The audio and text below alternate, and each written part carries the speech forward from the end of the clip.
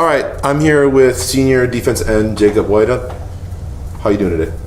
Pretty good. How are you doing today? Thanks for coming down from North Campus to do an interview. I'm going to run through some questions here. The first one, I heard some rumors about your meals. Can you walk me through? I heard that they're quite sizable. Can you walk me through the typical order and the items that you would get from your favorite restaurant? All right, I'm here with senior defense end Jacob WIAA. How you doing today? Usually I'll get pretty good. How are you doing today? Thanks for coming down from North Campus to do an interview. I'm going to run through some questions here. The first one, I heard some rumors about with the side of your meals. Chick-fil-A sauce. Can you walk me through? I heard that they're quite sizable. Can you walk me through the typical order and the items that you would get from your favorite restaurant? Okay, and how long did it take you to I'm here with senior defense end Jacob WIAA. I don't have a name for it. Usually I'll get pretty good. Thanks for coming down from North Campus to do an interview. I'm going to run through some questions here. The first one, I heard some rumors about on the secret menu. Like if I go there, can I order the chicken? quite Okay, so you can get some sponsors from Chick-fil-A. That's for you, not for the defensive line. That's just okay. And how long did it take? All right, I'm here with senior defense end Jacob WIAA. I don't have a name for it. Usually I'll get pretty good. Thanks for coming down from North Campus to do an interview. I'm going to run through some questions here. Rumors about on the secret menu. Like if I go there, can I order the chicken? Quite sizable. So you can get some sponsors from Chick-fil-A. That's for you, not for the defensive line. That's just okay. And how long did it take?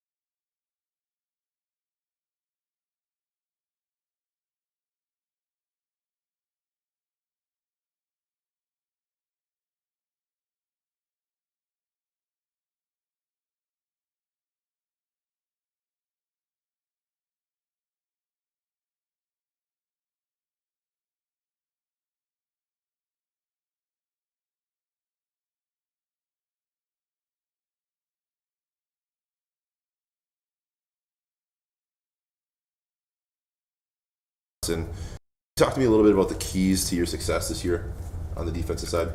Defensive as a whole or mine? Defensive side, the whole. We're pretty tight on the defense. Like we're all friends. We all joke around. I think that's pretty important.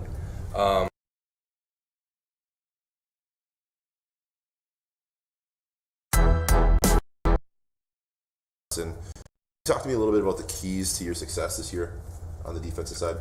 Defensive as a whole or mine? Defensive side, the whole. We're pretty tight on the defense. Like we're all friends. We all joke around. I think that's pretty important.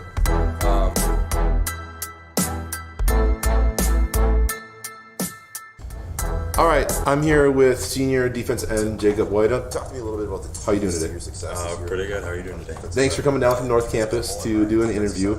I'm going to run through some questions here. The first one, I heard some rumors about your meals. Can you walk me through? I heard that they're quite sizable. Can you walk me through the typical order and the items that you would get from your favorite restaurant? All right, I'm here with senior defense end Jacob WIAA. Talk to me a little bit about the Usually I'll get 4. Thanks for coming down from North Campus to do an interview. I'm going to run through some questions here. The first one, I heard some rumors and then all with the side of your meals. Chick-fil-A sauce. Can you walk me You have to eat through? it I a heard special way. that they're You quite have to take the sizable. mac and Can cheese, you walk put it me on top of the through sandwich. Put a fry down so the bun doesn't get soggy, and then you eat it that way. Okay, and how long did it take you to develop this sandwich, and do you have a name for it? I don't have a name for it, but a lot of the workers have asked me about it. They always say, "Yeah, I'm going to try that next time." I'm going to run through some questions here.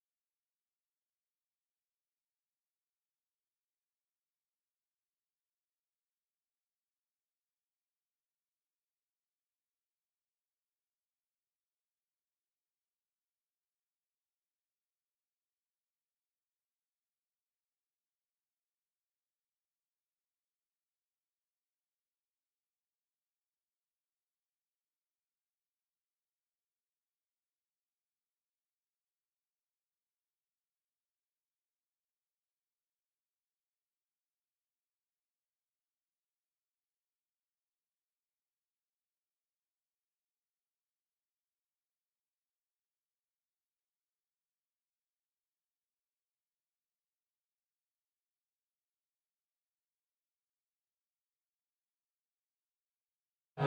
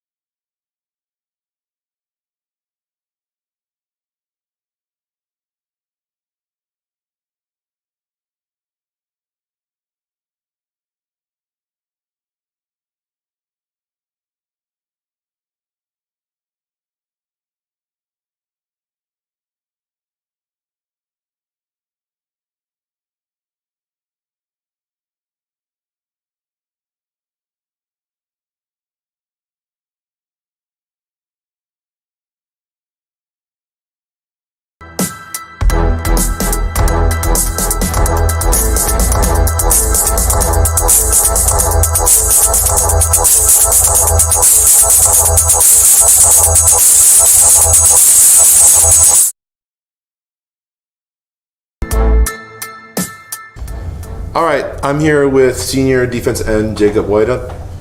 How you doing today? Pretty good. How are you doing today? Thanks for coming down from North Campus to do an interview. I'm going to run through some questions here. The first one, I heard some rumors about your meals. Can you walk me through? I heard that they're quite sizable. Can you walk me through the typical order and the items that you would get from your favorite restaurant? My go-to is Chick-fil-A. Okay.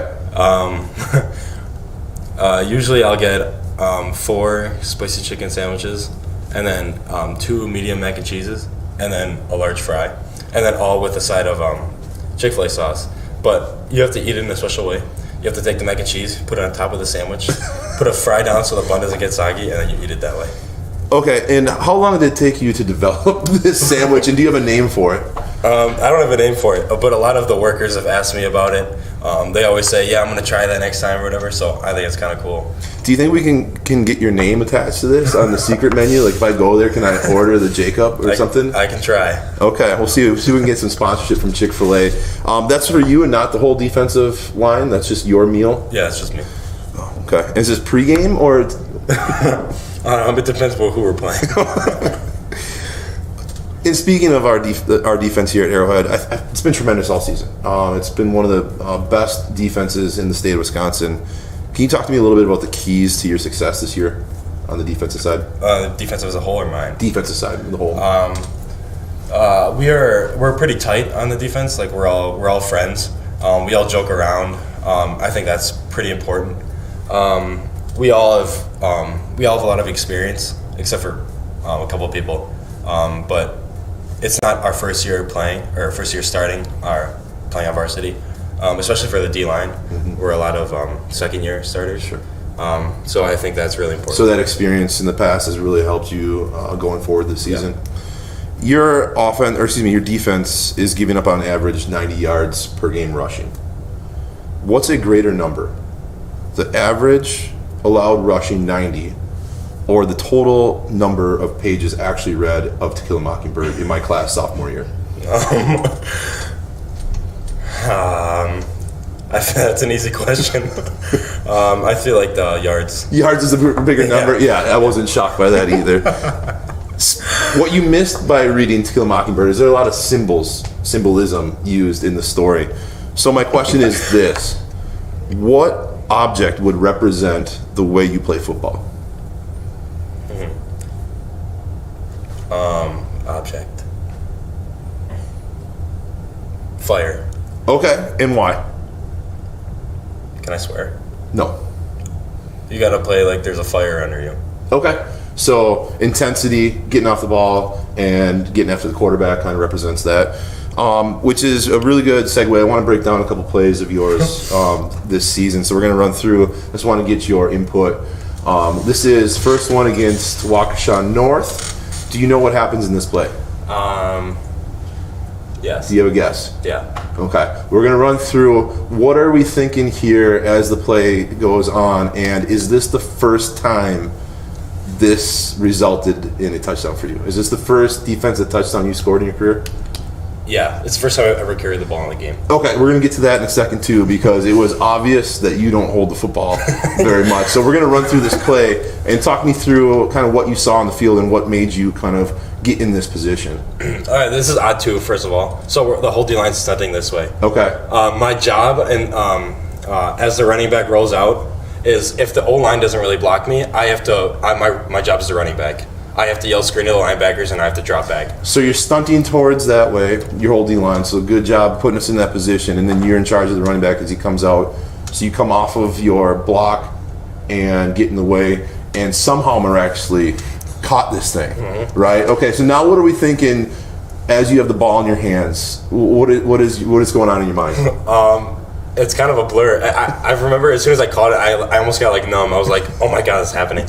And then I caught it. I made sure I had the ball. Almost get tackled. But I broke it. I did break it. Yeah, talk about some athleticism. The way you hold this football, have you ever held a football before? No. Never. Okay.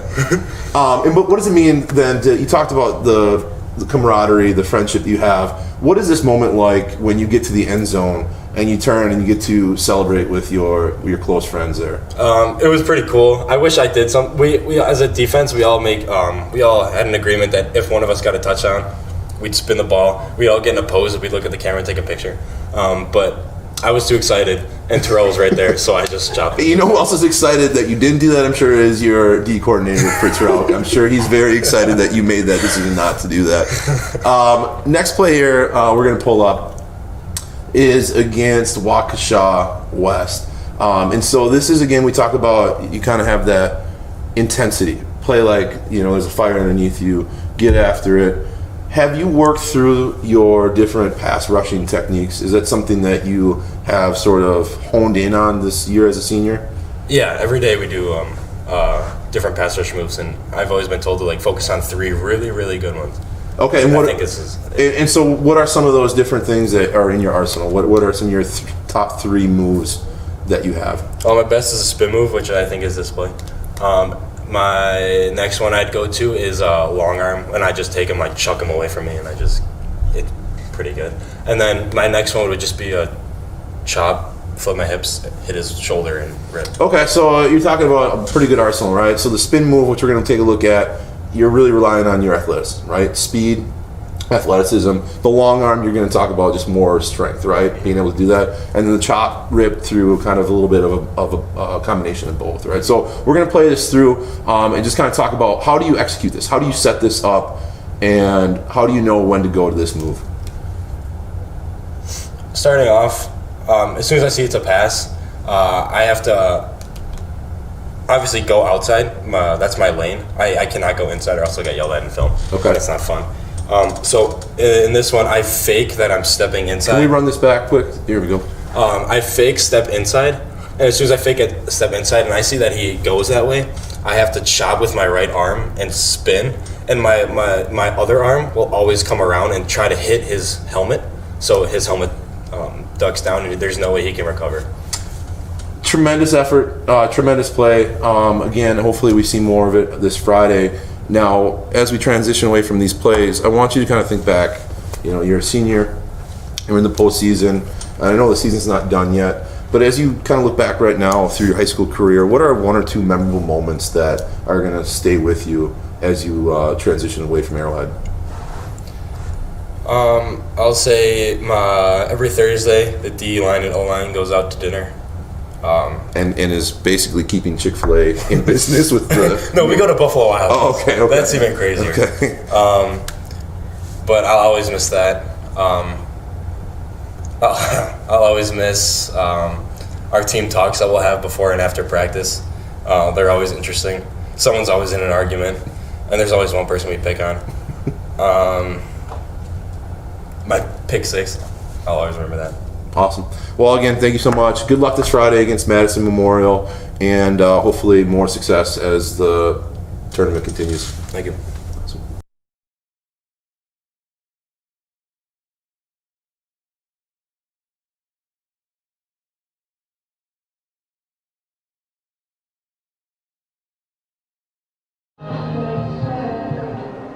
Hello, everyone, and welcome to tonight's game between Arrowhead and Madison Memorial.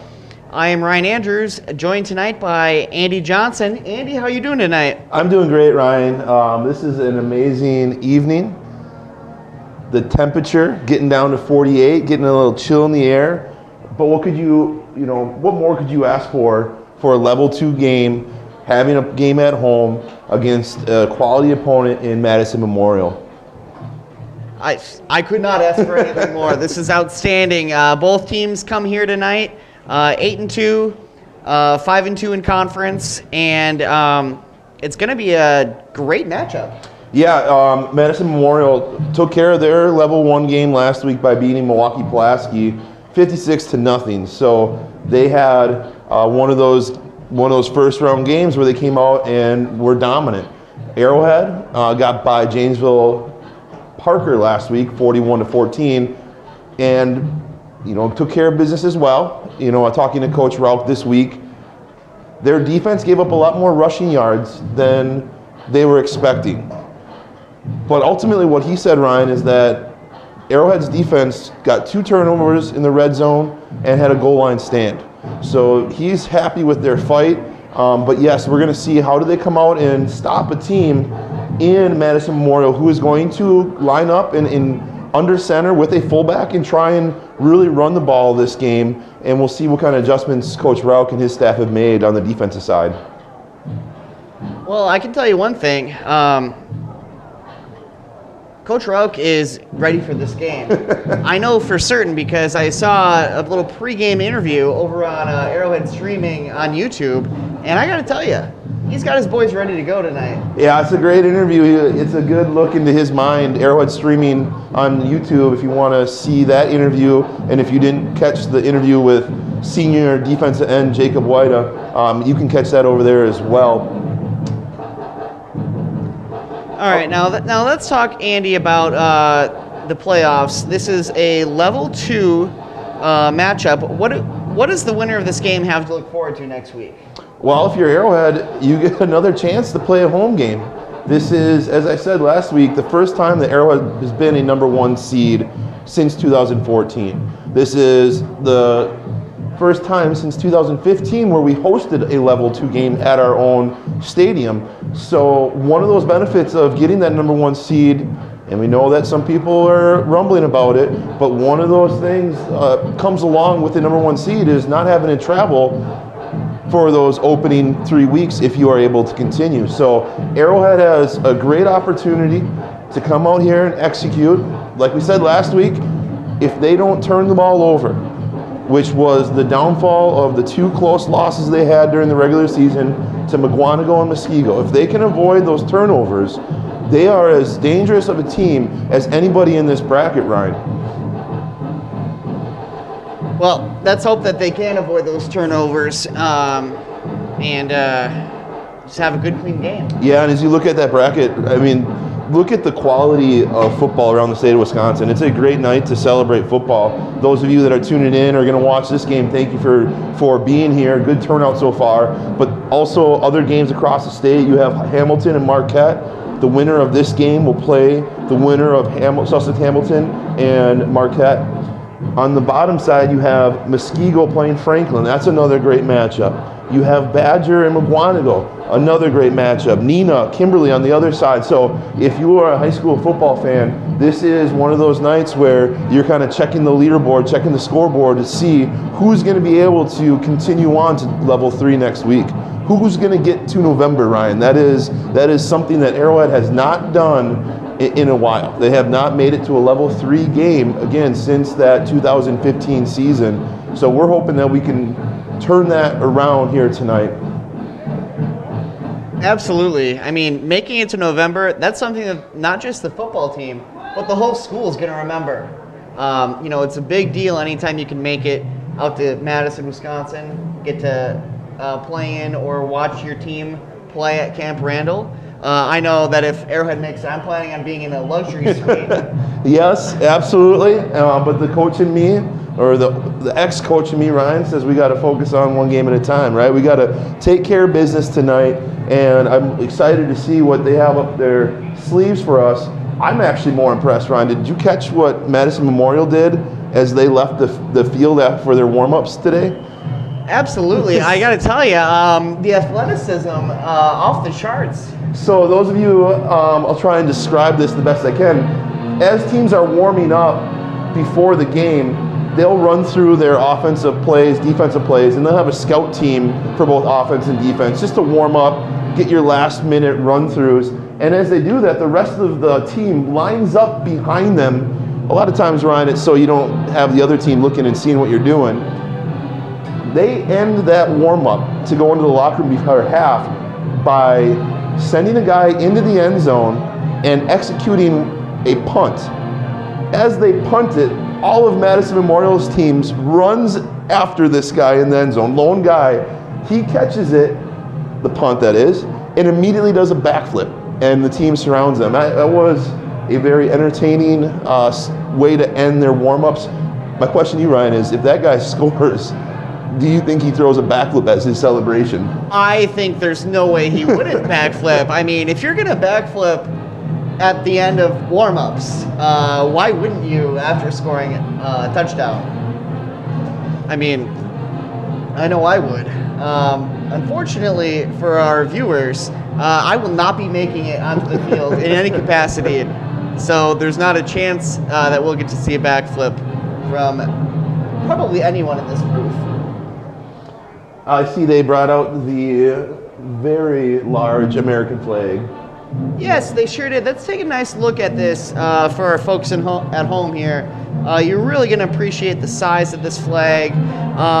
It's a little dark over there right now, so it's hard to see, but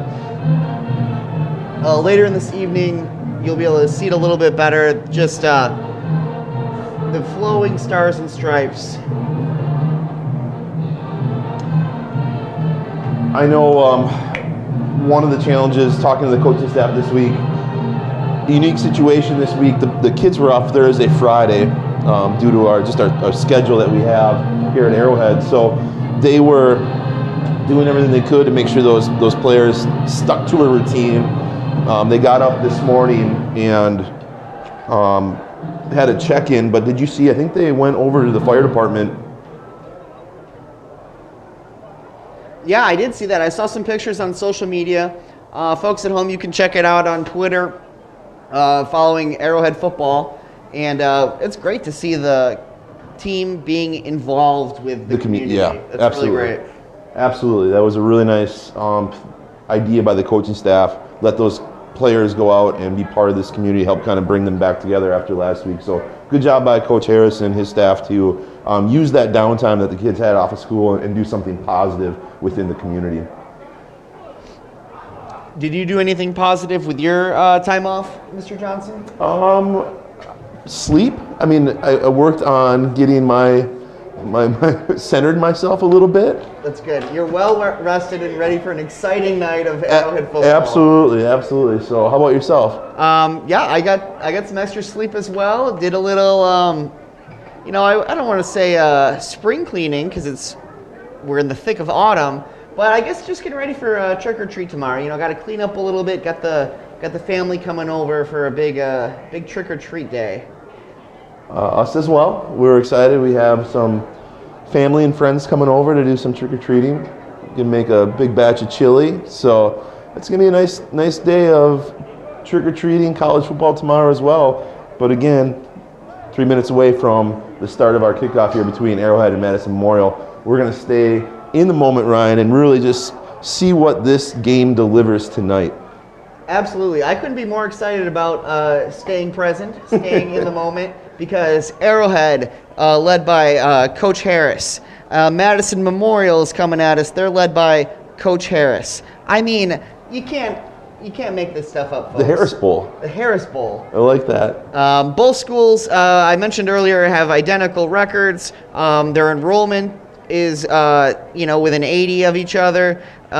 Points per game, both high-powered offenses. Arrowhead 28.7, Madison Memorial 37.3. Looks like it's going to be an outstanding matchup. Yeah, one of those things I look at with the stats. It looks like Madison Memorial is giving up about 140 yards of rushing per game, and that is one of those areas where Arrowhead can really excel. They have tremendous junior tackle Derek Jensen, who will be playing at the next level. They have a great stable of running backs with Drew Nagy and Nick Sinelli. So can they take advantage of that running game here late in the postseason? Arrowhead gives up 94 yards rushing on average, and I know that's what Madison Memorial is going to want to come out and do. So can they correct some of those mistakes from last week and really establish that line of scrimmage on both sides of the ball is going to be a huge indicator of how this game is going to go. Well, here's another indicator of how this game is going to go. Madison Memorial is coming out here following number 9, who is waving their flag. And now we're about to see the Arrowhead Warhawks. All right, here we go. Here come the Warhawks.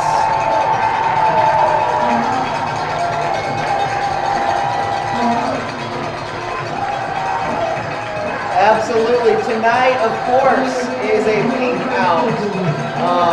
Student section supporting breast cancer awareness month here as we come to the end of October. And I love to see that the Arrowhead football team's in on it as well. Look at those pink socks. When you start to bring up the freshmen on the varsity, this run out becomes a little bit longer. They're still coming through the smoke machine. It is a great thing to see as those freshmen again get to suit up. You see the numbers out there. You roll out with that large number for Arrowhead on the A. It's just a good sight to see. It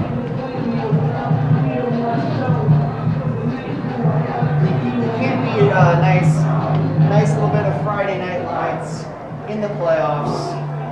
And I think we're about to get ready for the national anthem here as everyone gets to take in our country's anthem and look at this. You're not going to miss the flag tonight. You're not going to miss that tonight. Ladies and gentlemen, welcome to Arrowhead High School. At this time, we ask you to please stand and remove your hats for the playing of our national anthem.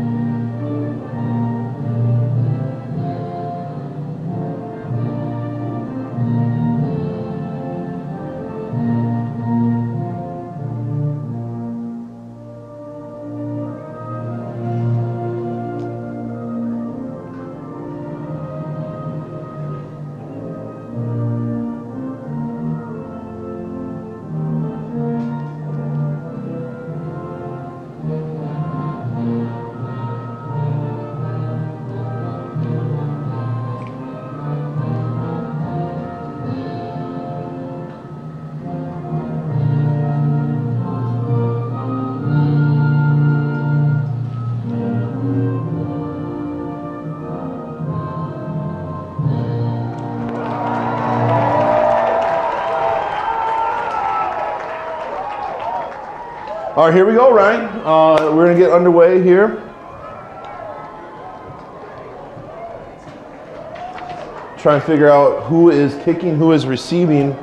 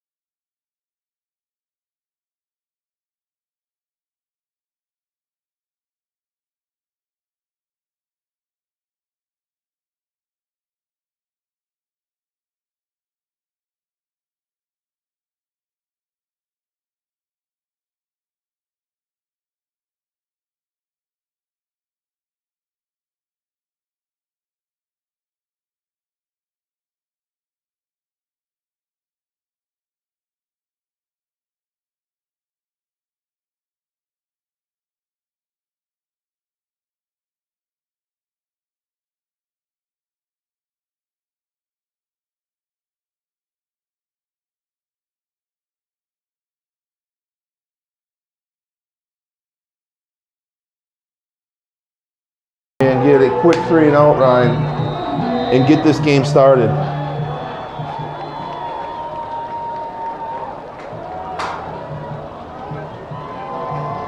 Kicks away. And Jockums will again get into the end zone. Saw that last week, saw it all season really. A weapon on the kicking side of the game. And here comes Arrowhead's defense. Led up front, number 9, senior Jacob WIAA. Talked about it last week as being one of the top premier defenses in the state. They gave up quite a bit of yards rushing. See if we can't fix that. Looking to see if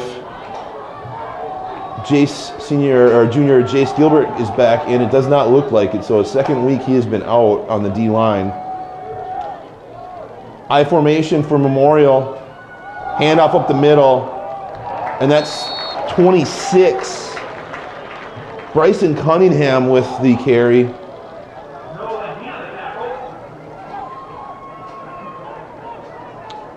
He's their leading rusher this year with 504 yards, 8 TDs. He's a 6 foot, 230 pound senior.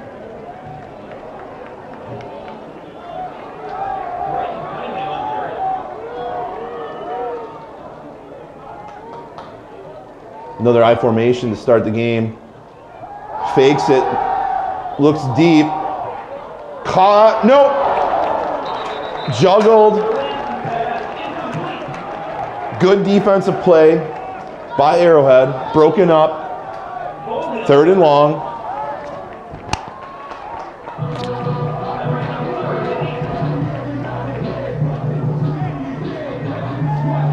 Don't worry, ladies and gentlemen. My co-host Ryan Andrews will be joining us, just working on some technical difficulties with his microphone, so you will not have to listen to me all night by myself. He will be joining us here shortly once he gets that fixed. Memorial opens up now in the shotgun spread formation.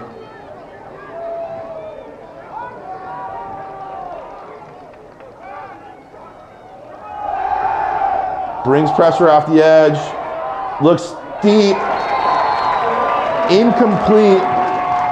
Great stand by Arrowhead. There's that 3 and out that sort of was escaping them all last week, Ryan, where Janesville Parker had an ability to kind of move it around the field a little bit. A good opening series by their defense. Well, you love to see the defense coming out strong. You know, 3 and out, there's short of a turnover, there's no way Coach Rauch would want his defense to start off any way other than that. And you see a little bit of their game plan. They get a chance to try and test our secondary. And Wesky's going to get that. Oh, no! Oh, no! Falls on the ground! Oh, no! Who recovered? He lost it. It was on the ground. He jumped up. He got his hand on it again, but ultimately Memorial takes it. First big break in the game here, Ryan. We talked about those turnover battles. This punt unit kind of has been going back and forth for Arrowhead. They struggled to come up and catch the ball last week a little bit. That ball a little bit shorter. It's a little bit cold out there. Try to catch it low and ends up coughing the ball up. Now, I know Arrowhead has the ability to rebound and get over that one, but that is a huge break for Memorial starting inside the 40. It sure is, and let's see if the defense can stay strong. Hand off to 26. There he goes. Breaks the run. Now, he looks like he's all of that 6 foot 230, Ryan. Sometimes we call it program weight. We'll take a kid and we'll add a few pounds to make it look like he's a little bit bigger. He's a guy in film that I think is all of that 230. Very big back, very powerful back. He's a guy you're going to want to tackle low or pay the price. I mean, he looks like he's a 5th grader playing with 2nd graders. He's just very big, very strong.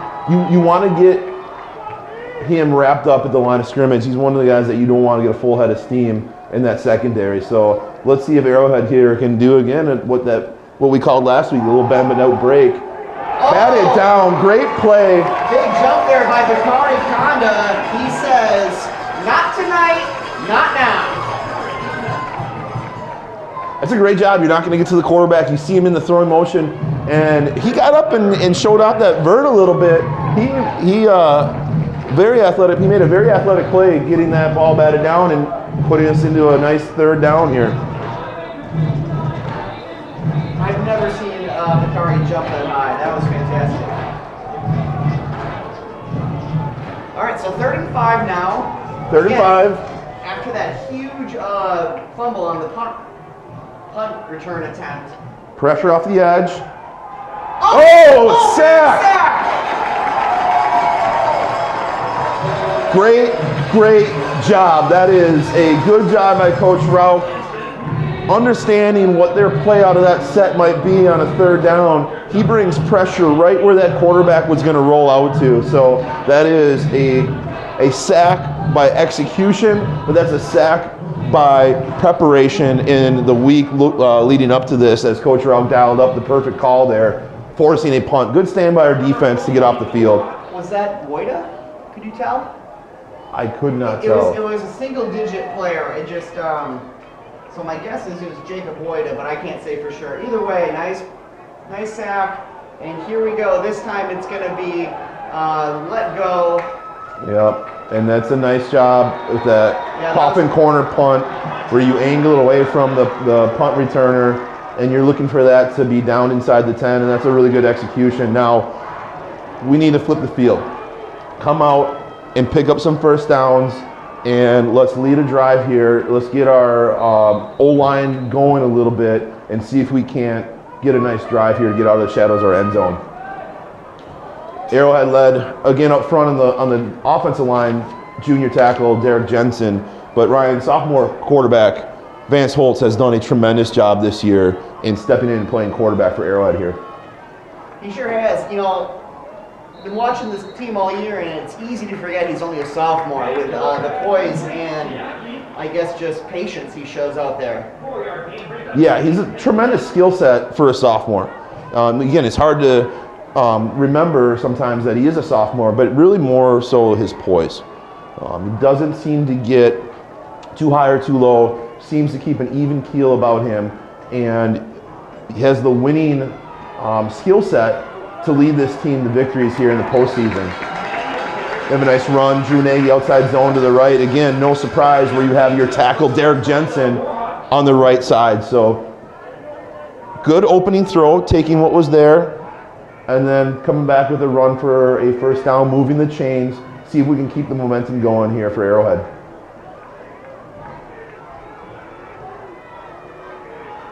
Spread look, outside zone. Look at the push on the right side, Ryan. Our right tackle and our right guard are just absolutely moving that right side, and they're pushing them 5, 6, 7 yards back. And you can see with that, Nagy having the ability to then cut back and find his lanes. That's a good start for Arrowhead, being able to establish that line of scrimmage.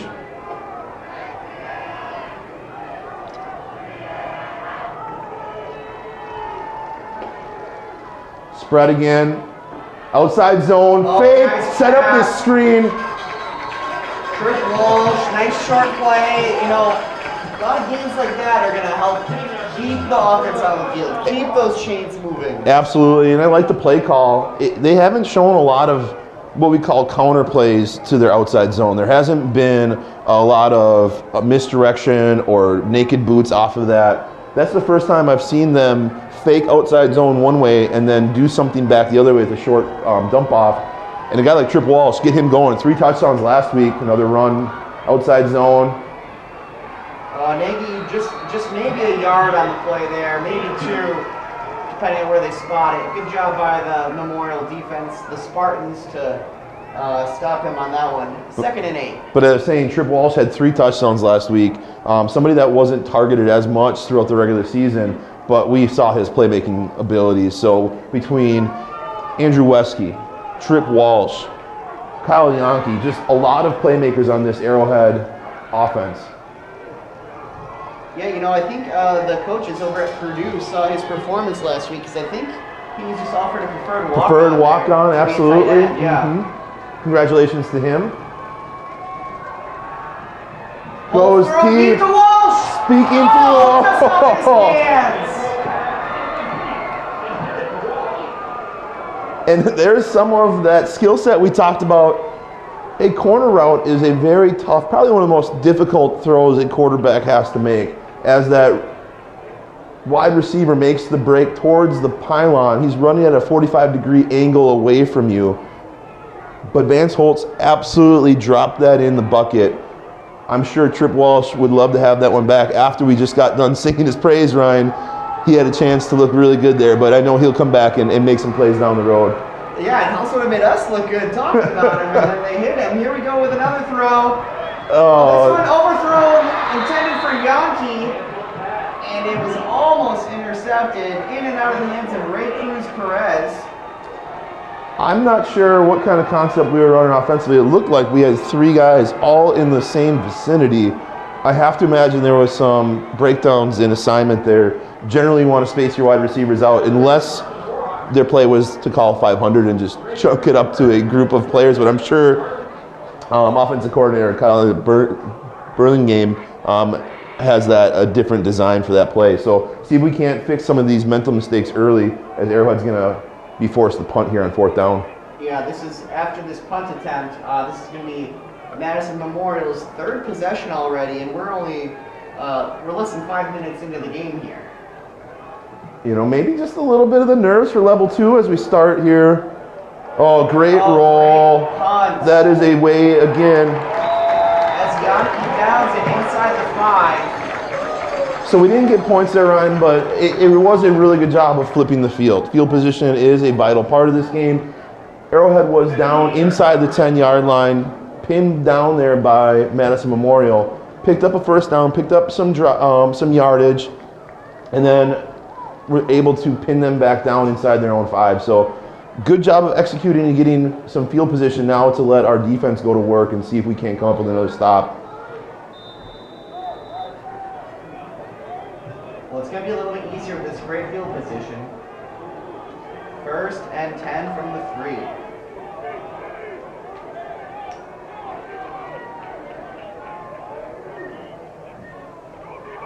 Handoff up the middle, met.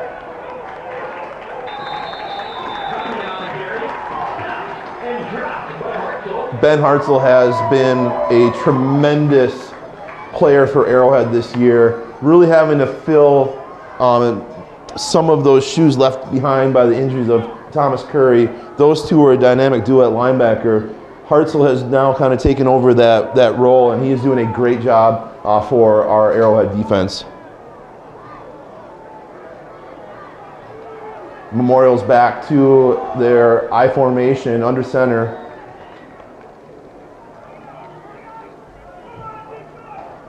Play action, looks to throw deep, has a man wide open, he catches it, completion, looks like number 3.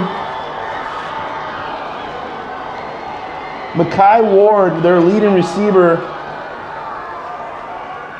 Nice play, Madison Memorial, to get out of their end zone now, cross the 50. You run out of that I formation, and then sooner or later you know there's going to be a play action, and they ran a post with their leading receiver, and that quarterback put it on him, and he was able to make the catch. Good job, Madison Memorial. See if our defense can't now stop the bleeding here a little bit and tighten up.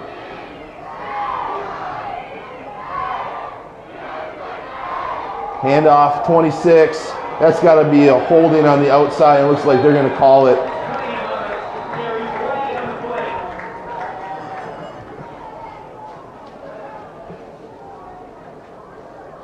Looks like their left tackle just got a little bit too much of the jersey on our end. Jacob WIAA.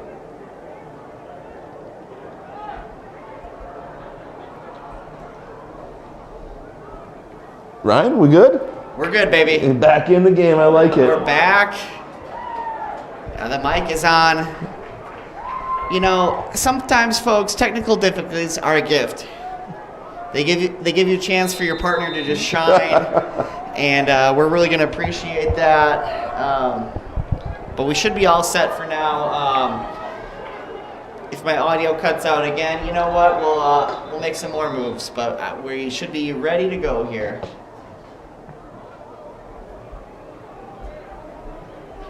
We haven't heard a lot from the refs today so far, which is good. After last game, Ryan, I bet those refs had to go home and ice their shoulders with how many times they threw that flag around. Definitely. I wonder if maybe tennis elbow is. I thought I saw one of them at the trainer getting a bag of ice at the end of the game, but big penalty by Memorial, backs them up. Yeah, hopefully Arrowhead can take advantage here. 1st and 20. I am really surprised they did not There's call. a flag. And now they're blowing it. I wonder if his whistle was frozen. Oh, calling a false start. Wow. A little bit of hard count there. Got our defense to jump. Now, they don't have to make contact in high school. If they just cross into the neutral zone, it's going to be offsides defense. It looked like 2 or 3 guys may have jumped early, but the refs didn't see it, and now they're going to call a false start on Madison Memorial, really backing them up once again.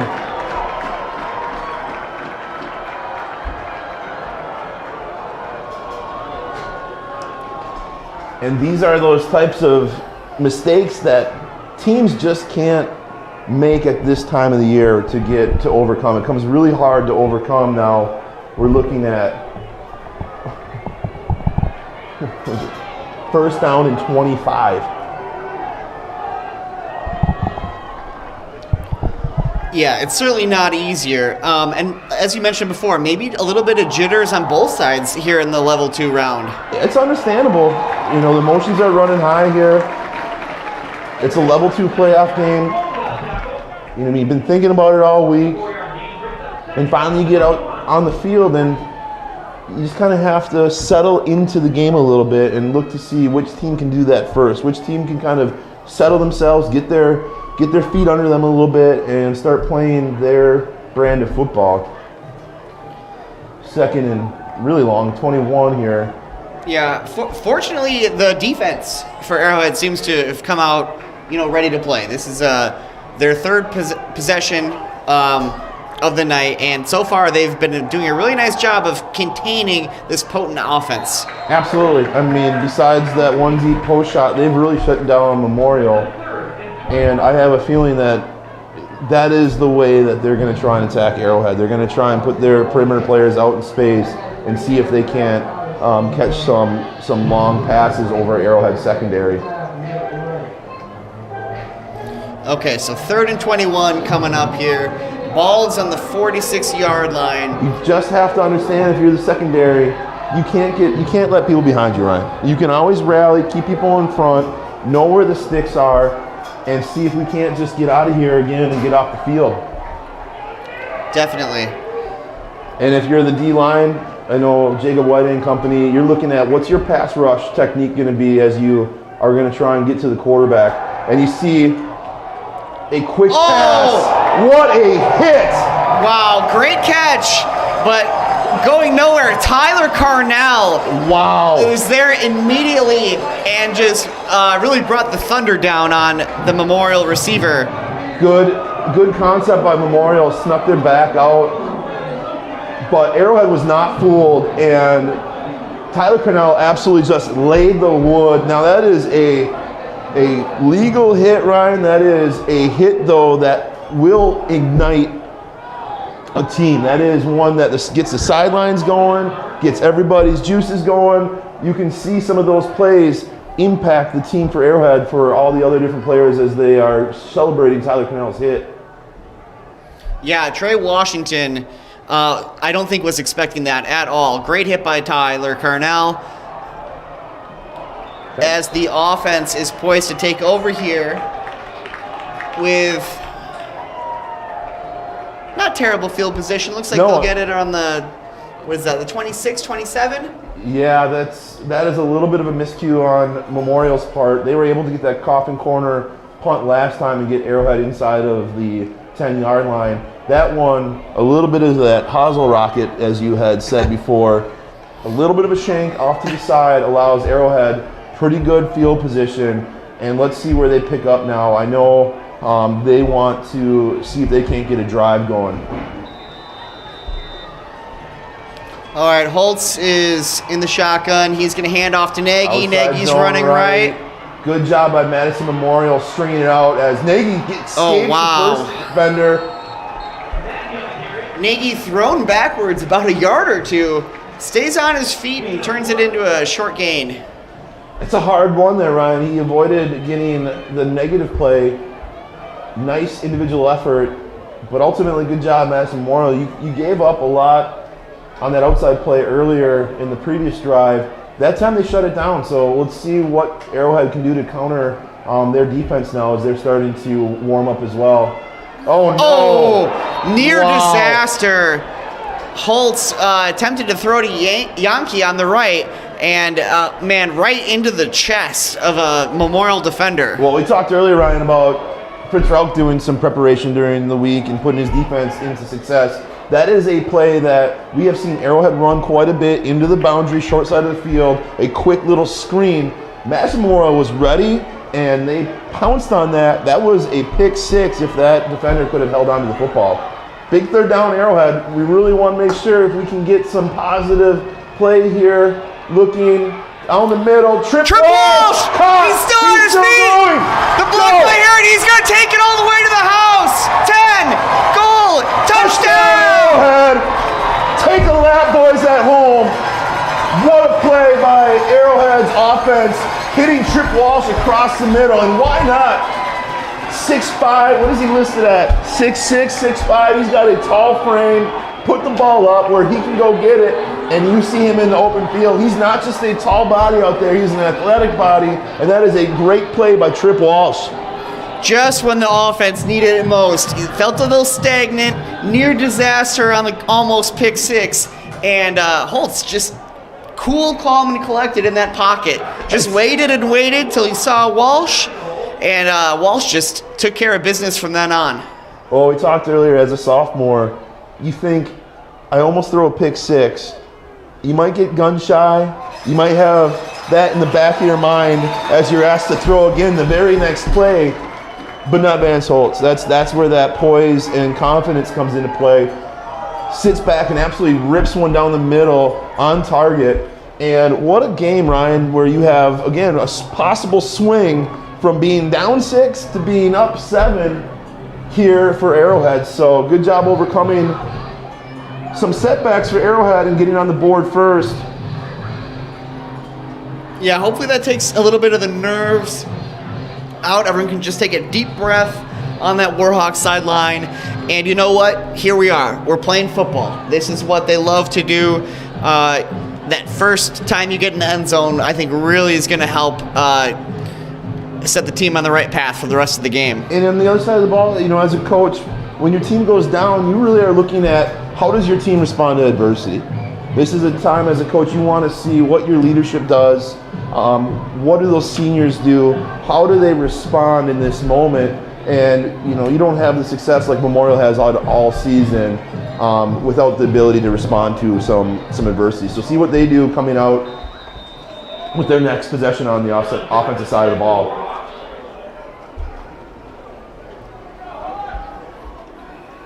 All right, now we have Jockham's about to kick off after he just nailed that PAT. And it's going to be a nice deep kick through the end zone for a touchback. So you were in a hot streak a little bit last week calling plays here. So give me your thought for Memorial. What do you think they're going to come out and do here first play? Okay, first play, I know that they really want to get their running back involved. They really want to get him going. I think it's going to be a nice run up the left. Okay, let's see. I might have to take you to the casino if you get this right again. So.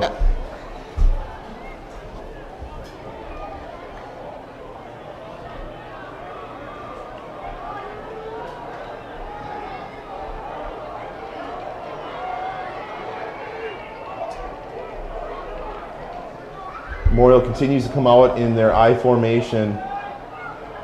Oh, and there's Cunningham, and he's running to the left, as predicted. Right there, you can see that strength, Ryan.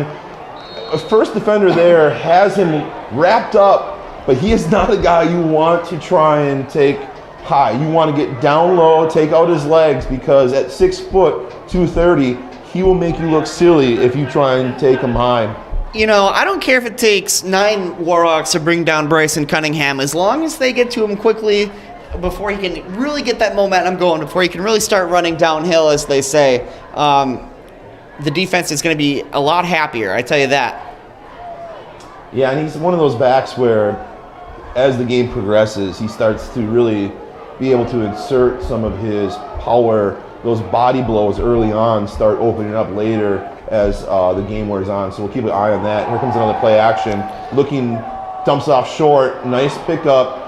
It's going to be 3rd and short. Good job for Memorial's quarterback. Wanted to go deep. It was covered. Comes down to his checkoff and dumps off the ball to pick up a nice gain and put it in a manageable 3rd down. Yeah, well, I mean, we talked about having Holtz's poise and leadership. Memorial has a senior, Charlie Erlandson, who's thrown 27 touchdowns this season, as we talked about in the pregame. I mean, yeah, he's got almost 1,800 yards throwing. Again, should be offsides Arrowhead. I'm surprised they're not calling that. Looks to stop short. No, they're going to give Memorial, it looks like, a pretty good spot here.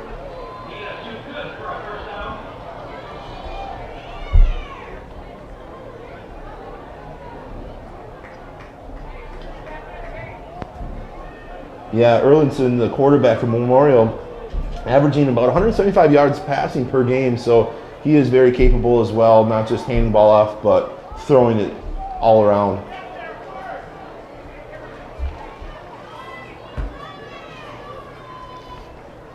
all right, so now that brings up 1st and 10 from the 31. Memorial here working on... Looks like we're going to go to quarter here. Oh, yeah, that's the end of the first quarter, folks.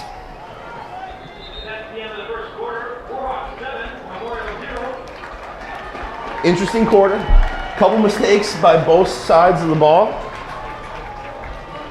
By both teams, I should say. But ultimately, Arrowhead was able to get on the board first. Good first quarter in the books, Ryan. What do you like out there by Arrowhead so far? Well, I got to say, the thing I like most so far is Arrowhead's ability, the ability of the defense to not let Madison Memorial put together a really long drive so far, not let them keep momentum up, I guess. You know, their offense struggled early on. We had that fumble punt and then the near pick 6, but you know what?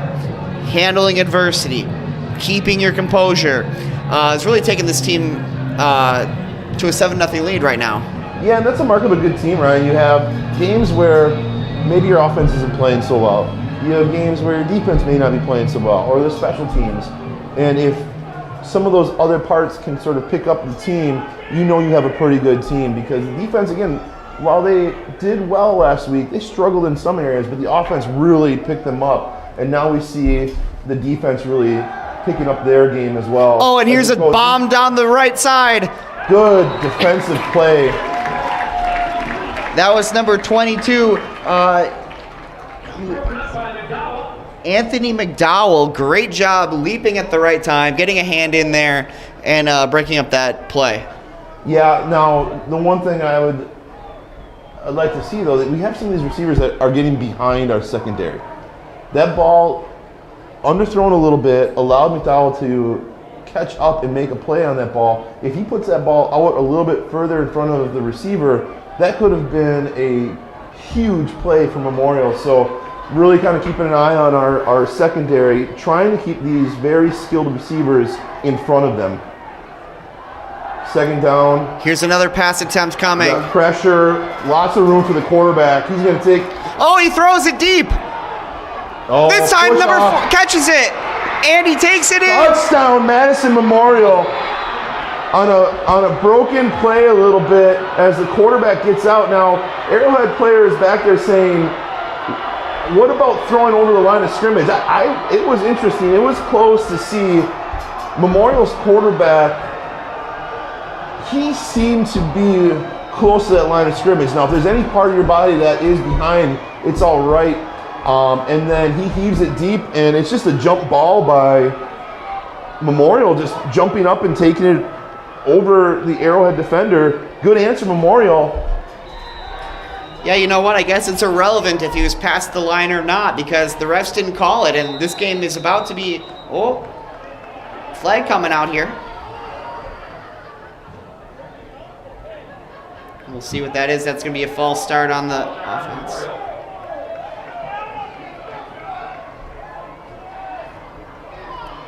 So I'll push it back a little bit, make it a little bit tougher here to try to tie this up with the PAT.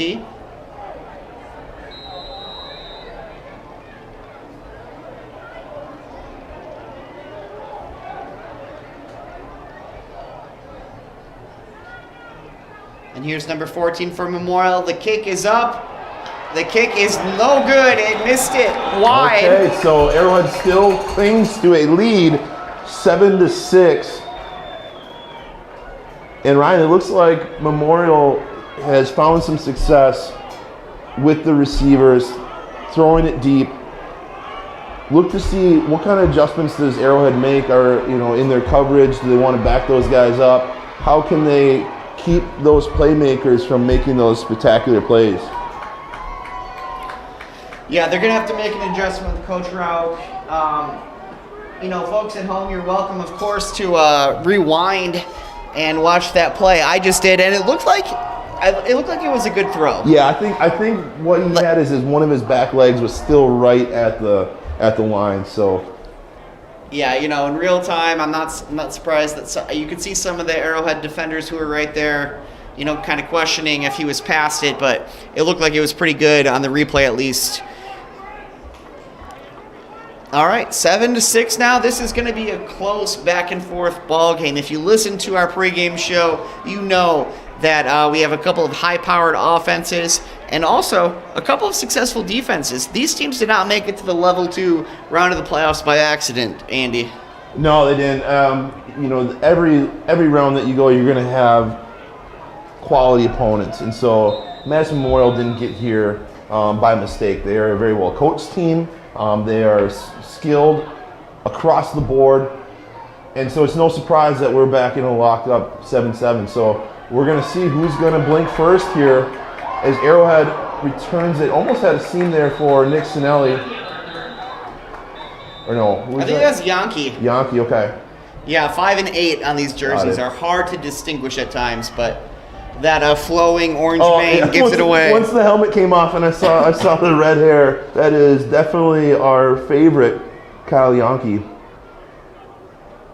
He's a fan favorite too. People love to yell, Yankee!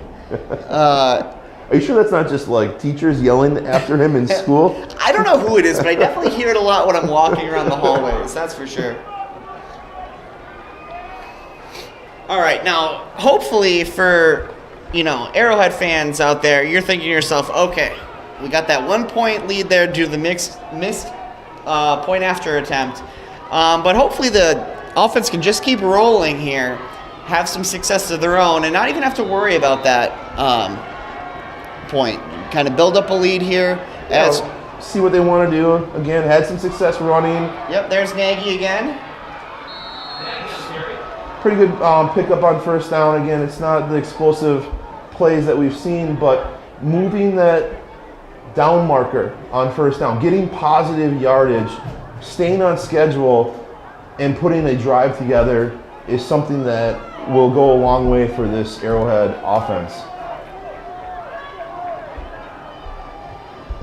Another run, outside zone, and you see Memorial really starting to kind of bottle up our running attack as a Memorial player hobbles off, and it's going to be a 3rd down 5, it looks like.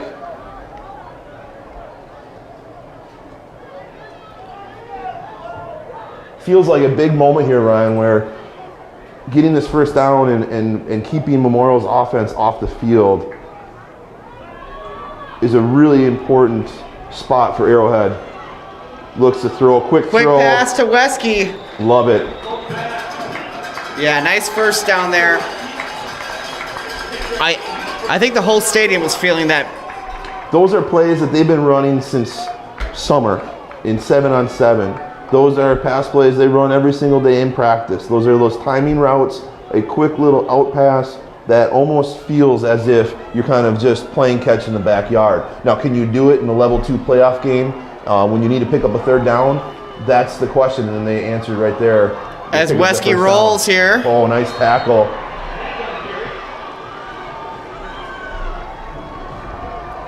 Yeah, short gain there. 2nd and 7. And they really have been relying on that outside zone play. That's really been pretty much one of the only run plays that they have shown. So Memorial was well aware of that going into this week. And after that first series, they seem to have adjusted well to that. What is Arrowhead's answer? And having a zone read. And Holtz is going to run it here. Is one of those answers. So you have a read play where Vance Holtz is going to read a defensive lineman and either hand the ball off or keep it. So that's a good answer, mixing up that outside zone with a little bit of an inside zone read play. We'll see now on a 3rd and short what they go back to.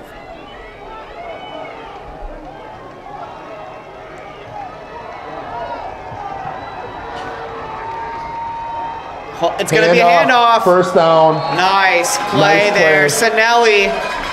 Again, another inside zone play, changing up a little bit of their run scheme.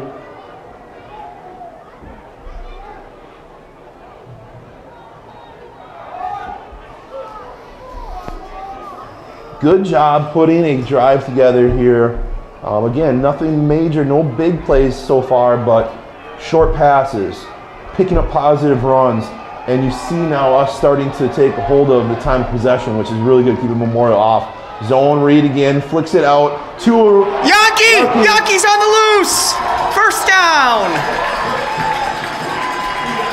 And I love this concept, Ryan. You have a couple different things going on. You got an inside run play that you could run. You have a run with the quarterback, or if he sees the right numbers, he's going to just pull the ball and throw it to our little bubble screen to the receiver. So you're forcing your defense to really stop all parts of the field. You have to be prepared for the inside run, you have to be prepared for the quarterback run, and then you have to be prepared to stop that screen play. So great job, Arrowhead offense, shifting a little bit and changing up their running scheme. Oh, fumble.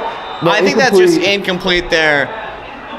Yeah, as they say, no football move there, but in the hands of Yankee, and then great defense busting it out. They really just went right for the ball there. Both sides of the defense have come to play. Another big hard hit.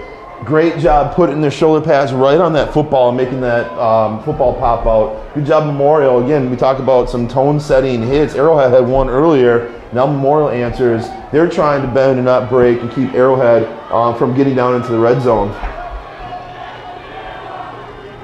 There's that outside zone again, bottled up right away. Great tackle.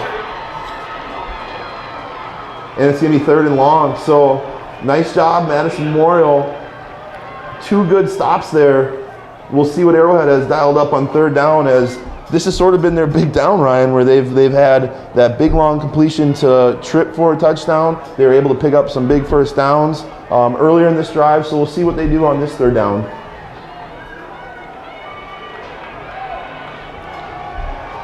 All right, let's see here. We got Holtz in the shotgun, Nagy behind him. 3rd and 10 here. Drop back to pass. Passing up the middle. Oh, just a little high. Wesky jumped, but just couldn't get to it. And here comes the punting unit. I will say our offensive line is doing a tremendous job giving Vance Holtz time. He has not really been pressured back there. And I know that's a throw he would want back. Just let it sail a little bit. Those are tough throws, Ryan. You're throwing before the receiver's coming out of his break, so you're just kind of throwing to a spot and hoping that you have it dialed in, and that one just gets away from him a little bit. At least they accomplished, like you mentioned earlier, having Shift an here. elongated drive. Oh, okay. Interesting. Timeout, Madison Memorial. They didn't like the change on the line right before the snap. Good job, Arrowhead. Showing them something a little bit different, making them at least burn a timeout. And maybe they have something in store for us here, Ryan. I mean, I would love a trick play right about now. Trick plays give me strength. They give me life. They vitalize me.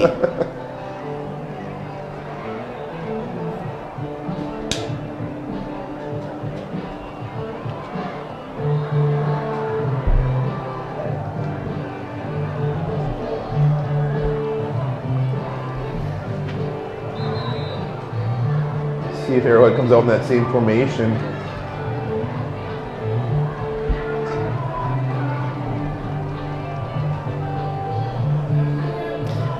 It looks like it indeed.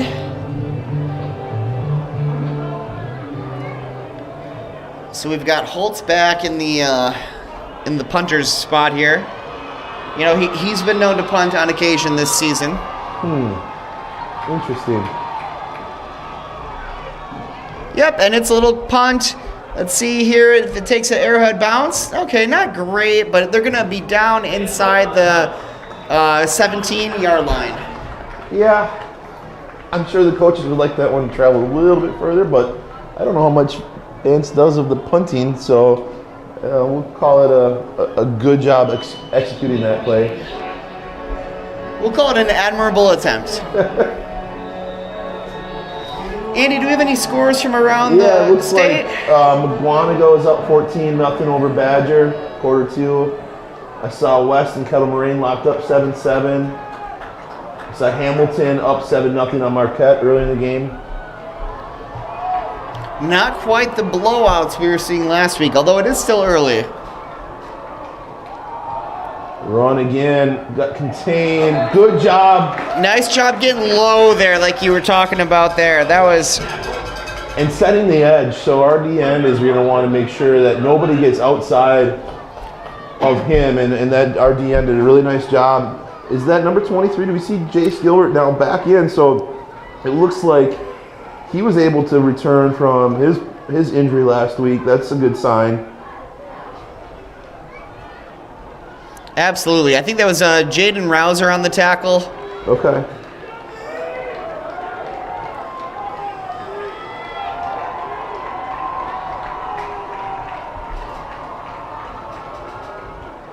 Another handoff. Wrapped up, put it in a 3rd and long. Arrowhead is really looking to get off the field again, get this ball back before half, see if they can't add to their lead. But first things first is getting off the field, and we've seen Memorial being able to throw the ball deep. And if you're an Arrowhead defender, you're going to really want to come up with a play here. Yeah, I don't know how many offenses Arrowhead's faced this season that are so high-powered there. You know, this is quite the challenge here. Yeah, it's a good point. You know, top teams in the Classic 8 are typically more of a running style offense. So maybe seeing some things that they haven't seen the whole year is quarterback drops back. We have a blitzer in his face. Oh, huge pressure, and the ball falls. It was being chased down there by Connor Foley, but he just couldn't get to it. It's a great thing that we had that pressure, Ryan, as one of the Arrowhead defenders slipped and fell down. There was a Memorial receiver wide open in the middle of the field. So good job pressure, making that quarterback throw and getting off the field. Let's make sure we can hold on to this punt now. Yeah, 4th and 7.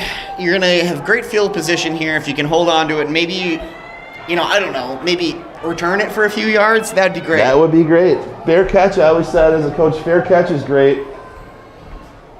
Oh, he's rolling. Fake. And there's the low punt. Okay. Okay, well, as we said, great field position nonetheless. The rugby style kicking. You roll out that punter just to see how the defense reacts, if they're going to cover it. And if they do, then you can kind of just kick it on the run. So a unique way to punt, but also effective one. Have you ever played rugby, Ryan? I've not. Me neither. Do you know how rugby works? I mean, I've watched a little bit of it. I know that a lot of, I don't know if Arrowhead has a team. I don't think so. But I know it's kind of growing slowly in the state as a high school sport.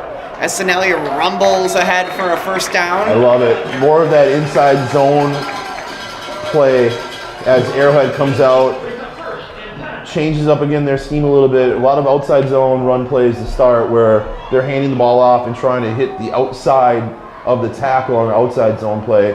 Inside zone, you're coming right up the center of that offensive line. So good job putting a little bit different structure to our run game. Inside zone play up the middle again. Good vision by a running back. Flag coming in here.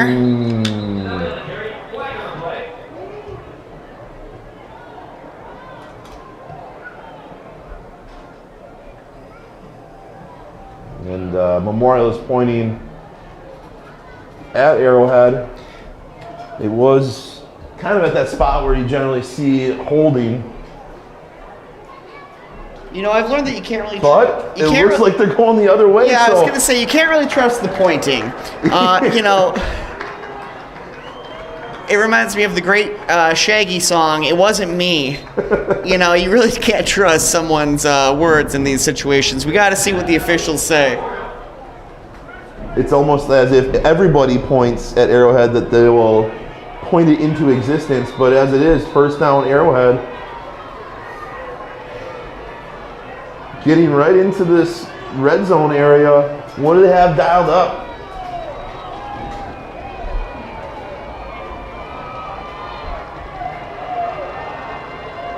Haven't thrown a pass yet until now. Holt's looking to throw. He's got Trip Walsh in the end zone. Oh, no, incidental contact. The feet got tripped up. Walsh was there. Good effort, Memorial's cornerback. They're going to let them play. I like the call. It just their feet got tripped up. No pun intended. Trip got knocked down. Yeah, Trip got tripped. You'd hate to hear that. I'm sure he's never heard that before. I'm sure that's the first time that's ever been mentioned with his name. Yeah. Good job by Holtz, though, putting it where only Tripp could have gotten it had he been able to stay up as Sinelli rolls. Sinelli So he's got it! He's got it! Touchdown! Arrowhead! Sinelli takes the lead even bigger, 13-6. Another lap, Lucas and Dylan at home. Sinelli, great vision, inside zone. He has the vision to bounce it outside. Power to run through a tackle, and then you see the speed to get in the end zone. He has been getting better and better as this season's gone on, Ryan. And the combination with Drew Nagy and Nick Sinelli, they have a great dynamic duo in the backfield.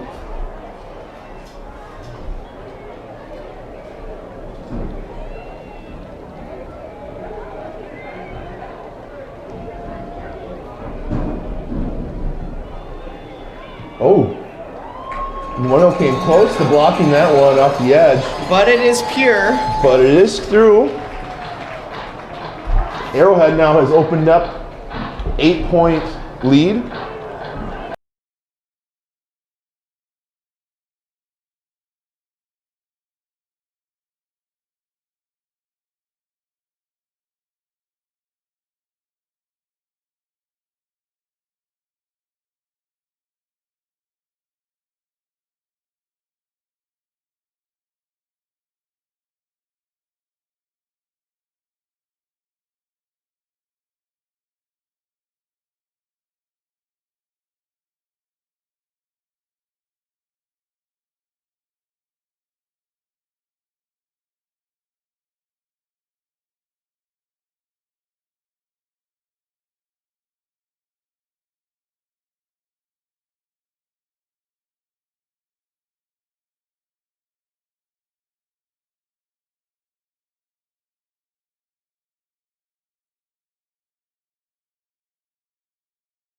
Your players are going to sort of let down their guard. This is where you have to jump out and really assert yourself. Stay focused, do your job, and execute. You know, when we think of football coaches, a lot of times we're thinking about X's and O's, making adjustments, game plans. But so much of it, once you get into the game, is psychology. Absolutely. Can you help your players control their emotions, stay focused? And I think that's really something that we've been seeing from Arrowhead here late in the season this year. I mean, there's only so much you can do in terms of adjustments. You talk about X's and O's. By this time on a Friday night, you've put in all that work on a Sunday through a Thursday. It's like you said, reverse Memorial. There is room out. Jockums is going to get there. They're going to catch and contain. Good starting field position for Memorial. Yeah, that was Yaki who got him. Trick play? I'm not even sure. Is that borderline trick play? We'll give that a halvesy. Okay, halvesy, all right. I mean, it was exciting. Arrowhead's defense did not, or special teams did not see it coming, but they were able to recover, and they were able to take the right angle. And if Yaki hadn't got there, Jockums was right behind. Nice call, Memorial. A little bit of a spark for their offense. Kind of jumpstart things here with good field position. 4 minutes. I talked about trying to get the ball back. Memorial saying we want to even the score up. So good job, Memorial, putting themselves in at least a good starting position as 26.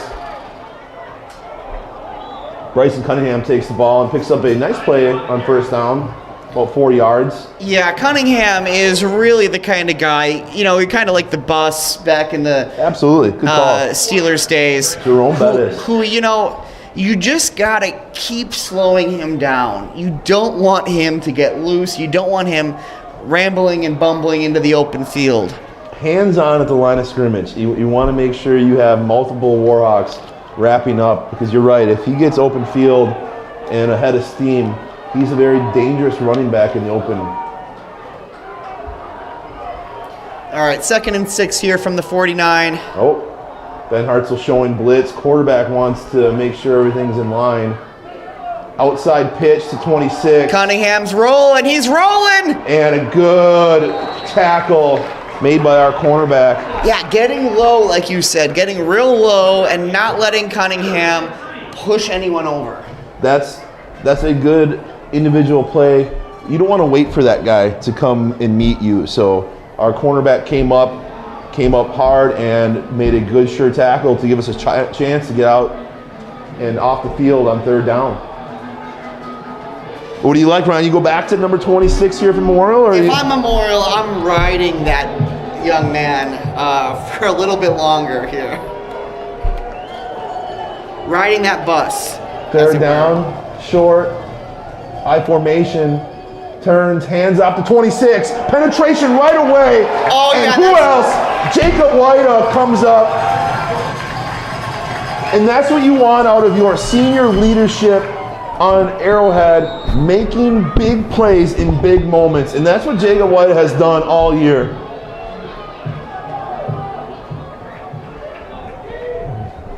Looks like timeout is at the Warhawks. They're going to try and preserve some time here. They're going to get the ball back with 2 timeouts and just over 2 minutes, 30 seconds left.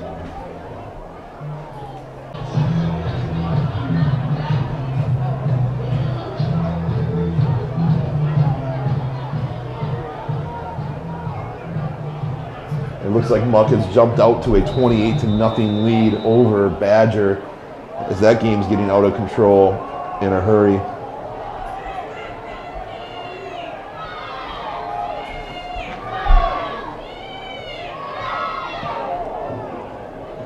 Punts away. Oh no, Ryan. Arrowhead muffs it. A flag comes in. Maybe that could save them, but that is not what you want to see. Oh, we have to be more aware. Calling poison or Peter or whatever you want to call to say get away from it. It looked like Arrowhead was confused if it hit him or not. And with that, what a shift now with Memorial getting the ball inside the 20. Another muffed punt situation. That's 2 for Arrowhead. here in this first half. And I know Coach Harris, Coach Green, actually I think Coach Harris runs the special teams as well. I know he's got to be a little upset with our execution on those plays, as our defense is going to be asked once again to come up big. Run by 26, met right at the line of scrimmage, but churns his legs. Swarm of Warhawks brings him down.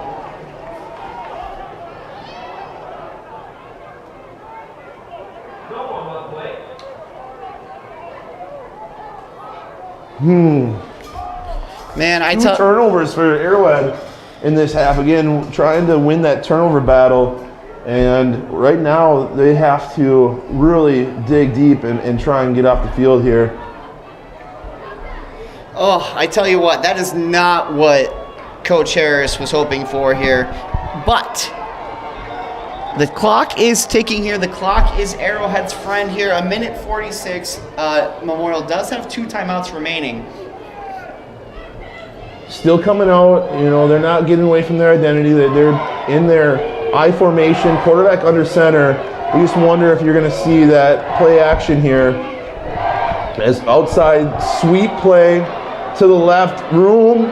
Oh, he's got A first down. It's going to be 1st and goal from the 5.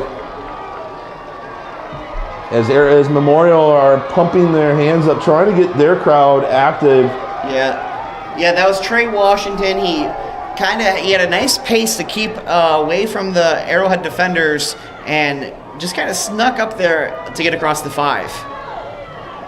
Minute 7 and counting. Memorial is in no hurry here as they are taking their time. They know they have plenty of time with 2 timeouts. They don't have to throw, obviously. Full playbook, and we're going to see what they do as Arrowhead stands come alive as well.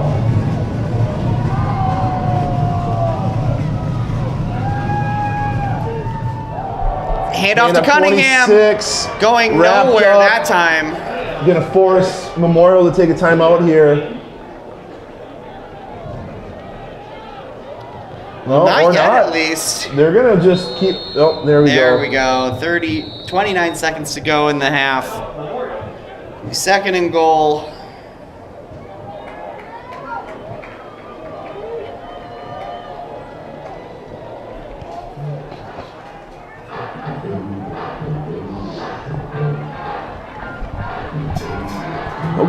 Okay. We have a game here, Ryan. What do you think Memorial is going to come out here and do on a 2nd and goal with 29 seconds left? Cunningham up the middle. You do have one more timeout. It looks like you still have the opportunity to run here.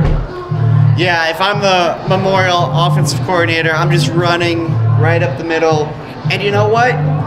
If they decide to do something different, the threat of that run makes it so that Arrowhead can't forget about it. They have to be defending for it. It seems like they had some success pitching that ball out real quick, trying to get 26 on the edge. I wonder if you see Arrowhead sort of load the middle of the line of scrimmage. Look to see maybe they try and pitch it out real quick, or like you said, do they just try and go up the middle here?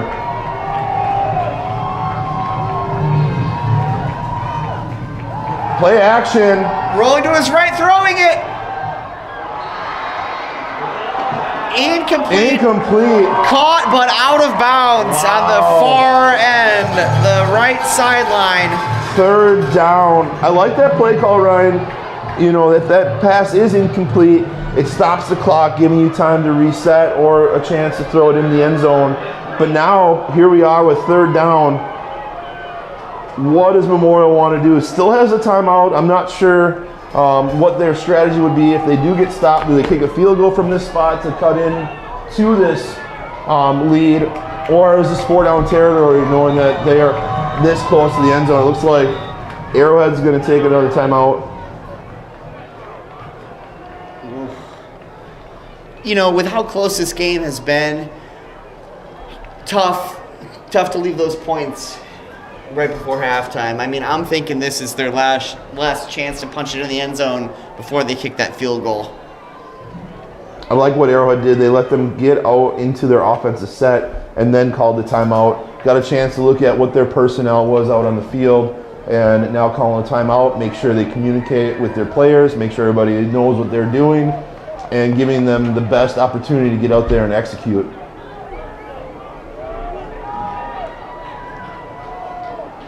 See if defensive coordinator Fritz Rauch wants to dial up some pressure here. See if he's going to bring some run blitzes.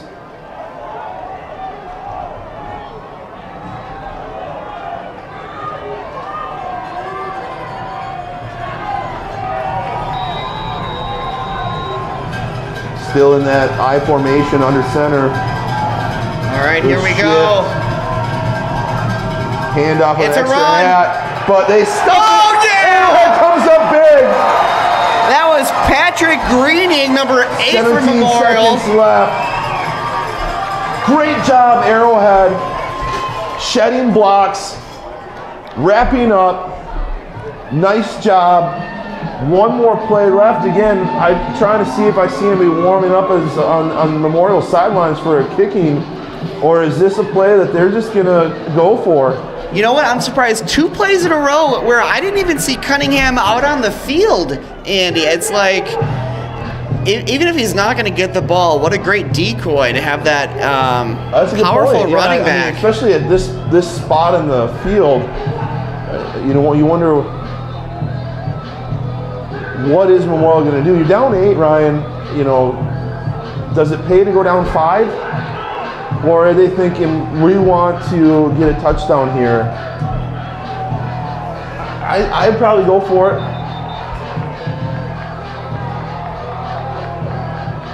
Just shy of 5 yards. Yeah. Level 2.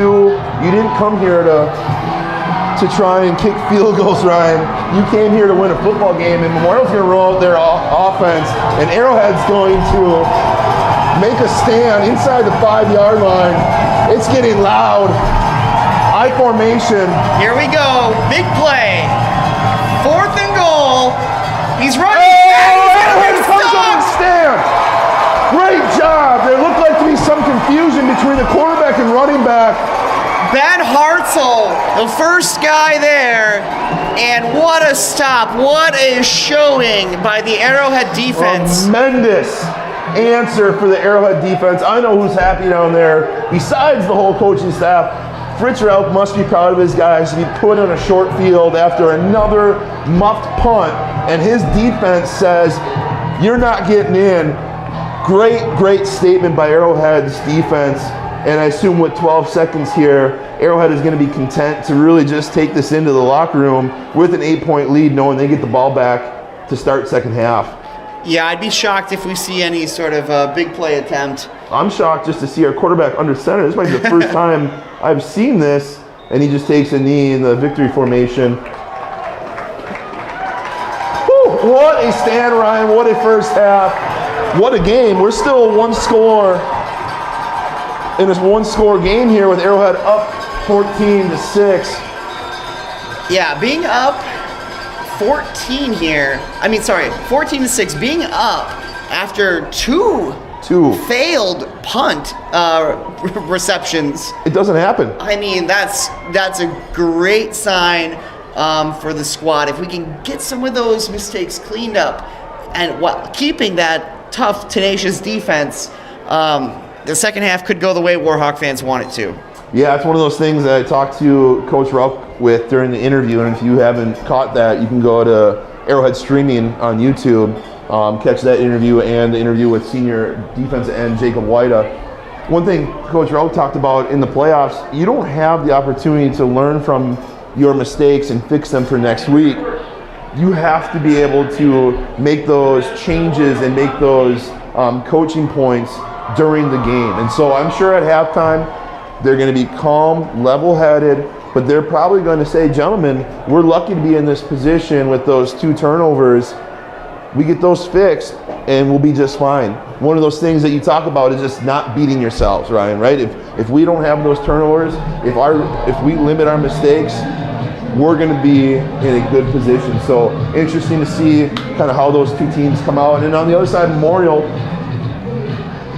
you're in this game still. It's second half. You're within one score. They're not going to push the panic button, but they have a great opportunity as well this second half to get back right into this game. You know, it's like our partner Michelle always says, defense wins championships, and you're right. I think they're gonna have every chance they want to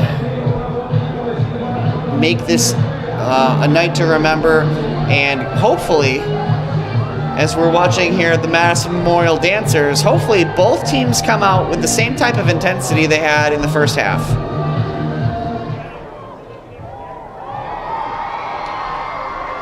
I apologize that these aren't accurate, but the scores around the state that I have on my phone, it looks like it's still 0-0 Muskego Franklin, 28-0 McGuanago over Badger.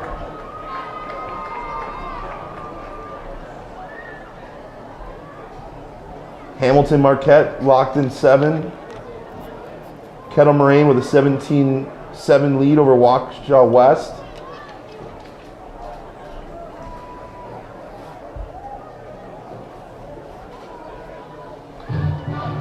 Whew. 2 down, Ryan. 2 to go. Yep. You know, I'm glad we got that nap or that extra sleep today, because this game is exciting and it is really taking a lot out of me. I'm on the edge of my seat.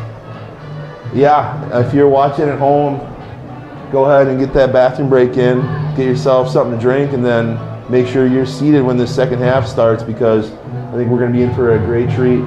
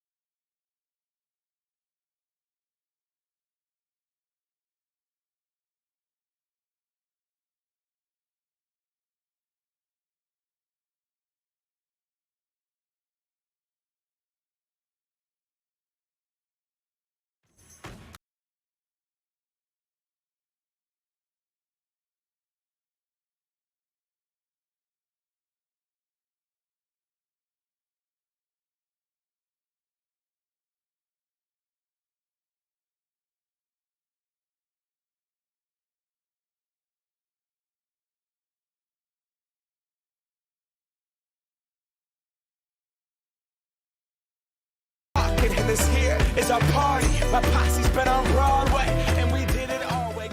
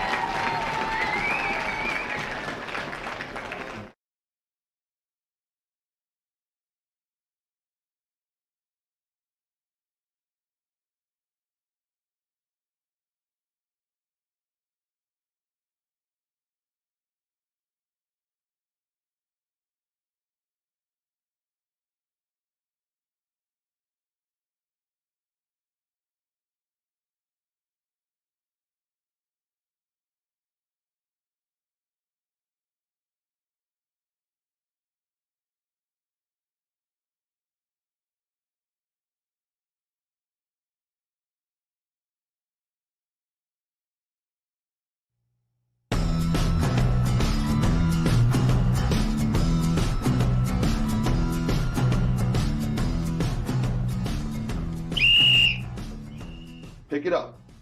It's half, display. You got to do it again. It's for the presentation so our customers see it right. Okay, pick up another one. Let's do it again. Hey, what are you doing? I'm the coach here at Delafield Main Street Boutique. You stick to coaching football. I'll take care of the women's apparel.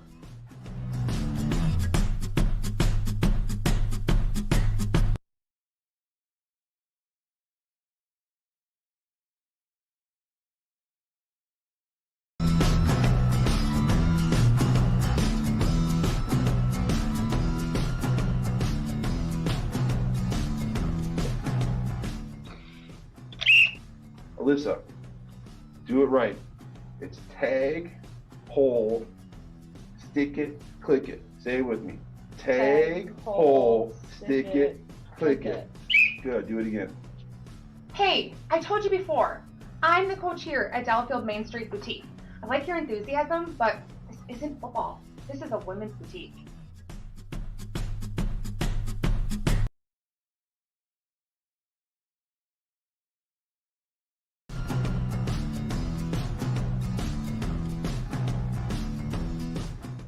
All right, everybody, take a knee. I'm excited for your opportunity to go out and be great today for our customers. You put in the preparation, now it's time to execute. Dylan, eyes up on me. You need to start pulling your weight a little bit more around here. Eyes here, Dylan. Let's go and be great. Really, honey? The kids too? Aren't you supposed to be at a game?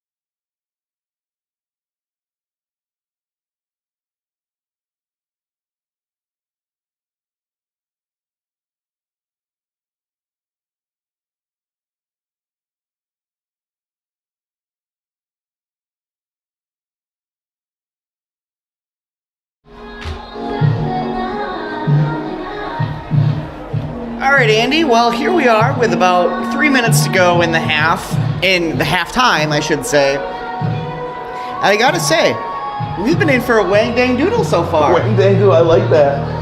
Yeah, just to kind of recap, Ryan, first half, the things that stand out, obviously Arrowhead's defense and our turnovers on the punt return team. So 2 muff punts that resulted in 0 points for Madison Memorial. That was a great job for our defense to stand tall and not allow Madison Memorial to capitalize on those 2 turnovers. And then on the other side, balanced attack. We had a long touchdown pass to Trip Walsh on a 3rd down, broke some tackles and got in the end zone, and then a methodical drive that resulted in Nick Sinelli on the ground answering it. So 1 through the air, 1 on the ground, great balanced attack on Arrowhead's side, and that is the difference in this game as Arrowhead's defense gives up 1 broken play, if you will, Ryan. Quarterback scrambling a little bit, throws and points to his receiver, and throws a jump ball, and Madison Memorial makes a play on it. So 1 big play for Madison Memorial against our defense is why they're on the board. They missed their extra point, and that's why it's at 6. So what did you say? We're in for a wang dang doodle. I think that is the case here, and I'm excited to see what sort of adjustments both sides make. You have Madison Memorial, who primarily came out, Ryan, quarterback under center. You have a fullback and a running back behind them called the I formation, and they run a lot of their offense through that set. You can tell that's what they are comfortable with. They have a tremendous running back in number 26. We talked about his size, 6 foot, 230, a big physical running back. Can they keep in that formation, especially if Arrowhead is able to pull ahead a few more points? How long can they stay sort of in that run first look and see what kind of adjustments they make on the offensive side? Yeah, we're just going to have to wait and find out, because I think that with Fritz Rauch's defense leading the charge here, Madison Memorial, if they fall into a little bit bigger of a hole, they're going to want to try something different. There hasn't been really any success, Ryan, running the ball. And that's a credit to the defense and the defensive players. They are getting after not just the quarterback, which they have been known to do, but getting after the running back before he's able to get a head of steam going. So shedding their blocks, getting hands on that running back behind the line of scrimmage. A lot of tackles for losses in that first half. We'll see if they can continue to really assert themselves on the line and make this team become one-dimensional, meaning that they're going to have to rely on throwing the ball in the second half to get any success. The thing that stuck out with me the most from the first half was that last goal line stand by the Arrowhead defense. I mean, right after a turnover, right before the end of the half, you could feel the excitement coming over from the east side of the stadium where the Madison Memorial fans are looming, as they were just salivating at the opportunity to get another score in the end zone, potentially even tie it up if they had gone for 2. And the defense just stood strong and would not let them in. Well, it's one of those cliches that coaches use all the time. They'll say things like momentum is a real thing, it's a tangible thing, but it really can be in terms of like the psyche of a team. You have a muff punt inside the 20 right before half. You saw Madison Memorial, they're raising their hands, getting their crowd into it, and they had a great opportunity to try and at least cut the deficit, if not tie up the game. And then Arrowhead, as you said, makes that stand and takes that momentum back to our side of the ball as we leave half, not allowing them to score. So you see kind of swings of momentum in games and how it can affect a team. Does Arrowhead seize that momentum here, getting the ball to start, and have that translate into success on the offensive side? Because those things can build and really weigh on teams. And again, Ryan, where does that number 1 seed come into play? Well, you can overcome some of those hardships when it's at your own stadium. When you have your crowd stomping on the stands, cheering you on to make that goal line stand. Those are different feels when you're on an opposing team's field, when their crowd is cheering them on. So, having it home, having us be able to get our crowd behind us is really one of those benefits of having these home games in the postseason. Absolutely. You love having home field advantage. You love having your family in the home side of the stands. Your student section's going to be bigger, and you're going to have that huge American flag courtesy of the fire department. And this is just the environment that Arrowhead is hoping to have one more week if they can hang on tonight. Gotta hang on. Again, we talked about that. What do you tell your players? What does Matt Harris tell his team? You got to look at this as it's a 0-0 game. You got to play as if it's tied and you need to take the lead here. You don't want to get caught looking at that scoreboard. You don't want to get caught feeling a little relaxed because you have a little bit of a cushion. They need to come out here and play almost as if you're behind, Ryan. Just almost as if you need this touchdown in order to continue on in that postseason.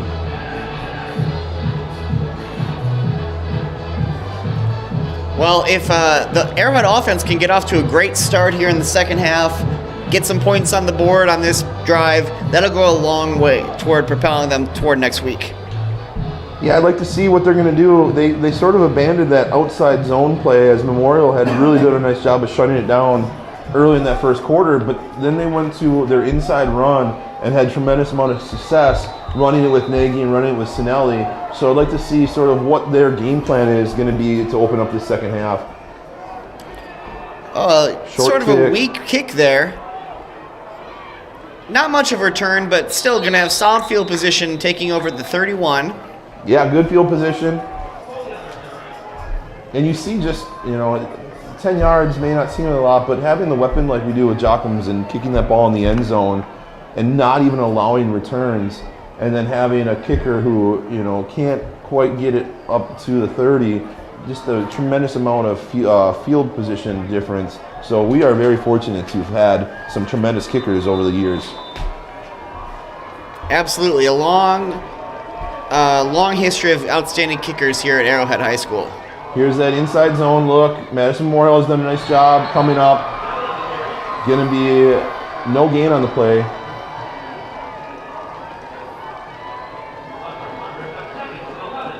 Even a loss of 1. So there's some of those adjustments you see, Ryan. Madison Memorial is coming out. Again that they're well coached. The battle of the Harrises. Coach Harris on the Memorial side. Harris Bowl. All right, so looks like Sinelli lost a yard on that play, so 2nd and 11 from the 31. Holtz is in the shotgun, and he's going to throw it quickly. Okay. Nice catch by Yankee, gain of about 4 there. Good job, those quick outs. You almost wonder at some point, do they set up one of those out and up plays, a double move by the receiver? You start seeing those quick outs over and over again. Yeah, I bet you at some point, offensive coordinator Kyle Birmingham will have some sort of double move on for the receiver. All right, 3rd and 7 here. Holtz looking right. Now he's throwing it up the middle. Wide open. Harriet, Colton Harriet, first down. Wide open on a post down the middle. Great job, Vance Holtz. Great job, offensive line, giving him time to go through his progressions. You see him look one way, come down to his second option, and then turn his hips, look to his third option, Colton Harriet, and deliver a ball. So when you have the ability as a quarterback to stand back there and go through your read progression and get to the third receiver in that progression, your offensive line is doing a tremendous job. Yeah, my internal clock was going off a little bit. I was a little worried he wouldn't get it off in time, but he knew what he was working with, and he had no problem there. Inside zone fake. Oh, there's another first down. Great Yankee. job, put it together now. You're starting to see some concepts built off of each other. You have the inside zone look. And they're probably looking out at their numbers saying, if they are in this spot, just go ahead and pull that ball and fire it out there. So might be a little bit of that run-pass option depending on what the defense is giving them. Yeah, here so far we're seeing the depth of Arrowhead's weaponry showing off here a little bit. A lot of different players getting involved. Another RPO that is intercepted. Number Madison 16. Memorial. Marion Moore with the pick. But there's a flag on the other side of the field.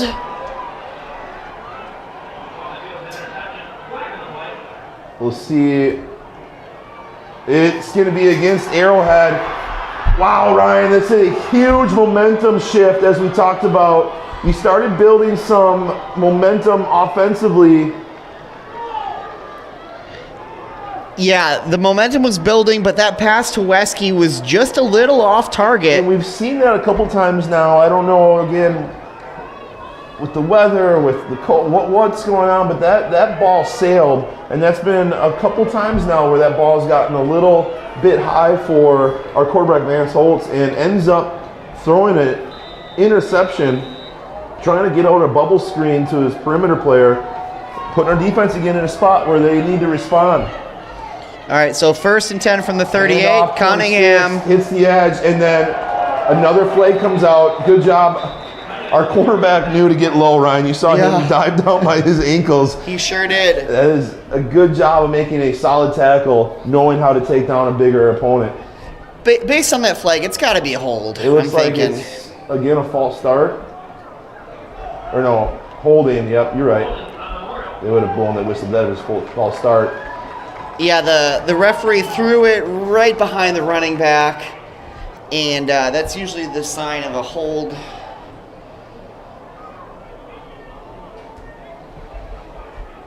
And deja vu again, where Memorial gets a chance to swing the momentum, and then they find themselves backing themselves up, kind of shooting themselves in the foot here. A little bit sloppy at both sides now, Memorial and Arrowhead, as a third turnover for the Arrowhead football team, and it's hard to sustain success when you are turning the ball over numerous times in a game. Play action pass, White up. Oh! Absolutely. That was 36 there on the 36, sack. Noah Ledvina. Wow. Showing speed and athleticism. He blew past that offensive tackle and showed tremendous speed, bearing down on the quarterback. 2nd and 28, again, backing him up. Arrowhead's defense just absolutely playing lights out today. And again, that's where that complementary football comes into play. Your offense, makes a couple mistakes, or the special teams makes some mistakes, then the defensive side picks them up. So we'll see if we can't get all three phases working together in this second half. Yeah, Erlinson's looking to throw it deep, and we saw earlier that they did have some success with that, but if he doesn't have the time to throw it... Oh, speaking of time, he's got that one. Oh, it's loose! Arrowhead's got it! We got it on the move! 16's got it! Arrowhead's got the ball, and the flags come out! Wow, talk about a huge play!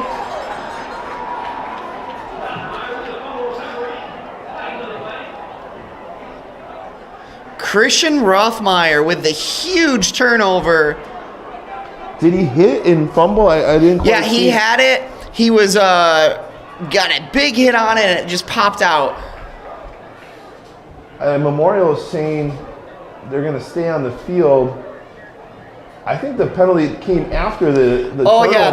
yeah, the penalties came in after he was on the tackle of Rothmeyer. Sure what those.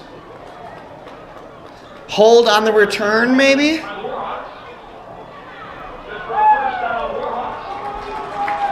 Okay, holding on the return when the it was right at the end of the play.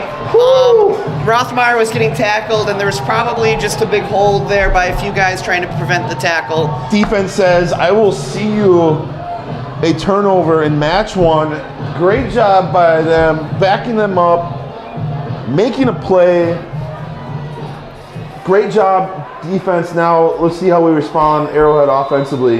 Yeah, if Memorial could have held on to it, that would have been a huge first down on that.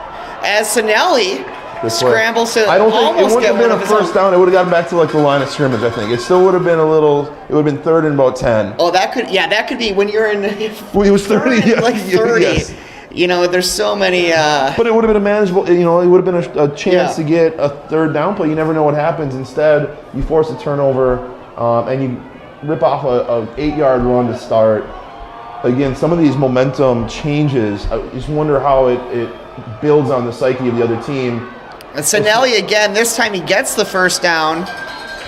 And we talked a lot about Bryson Cunningham being a physical running back. Nick Sinelli has turned into that type of runner as well. He rarely goes down off of just one tackle attempt. He has a lot of yards after contact, the yak as they like to say it. He's a very hard running back to take down well as well. Yeah, what a luxury for the Warhawks to have Nagy as their leading rusher, and then Sinelli comes in. And another great run. Yeah, Sinelli just comes in and gives the defense a whole totally different look. Absolutely.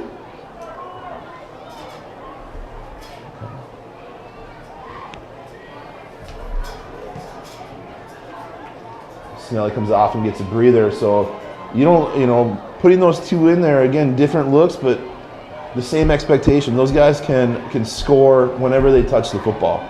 They are a great tandem as they hand off to Nagy once again, and you're starting to see some of that push up front take its toll.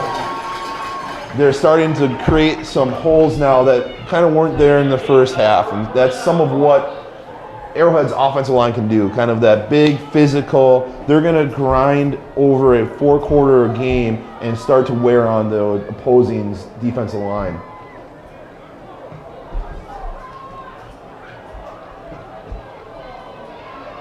See if they're going to just keep it on the ground. And Nagy off to There's the left. Nagy!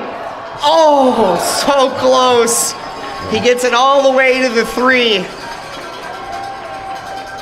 Good way to settle down a sophomore quarterback after throwing an interception is to rely on your running game. I know Vance Holt is going to stay composed and calm, but it's nice to be able to lean on that running game and kind of catch your breath a little bit. Bringing in a fullback set, a little bit heavier offensive package for Arrowhead, pro formation. Oh, We're gonna get a false penalty. start. Please tell me it's not on our wide receiver.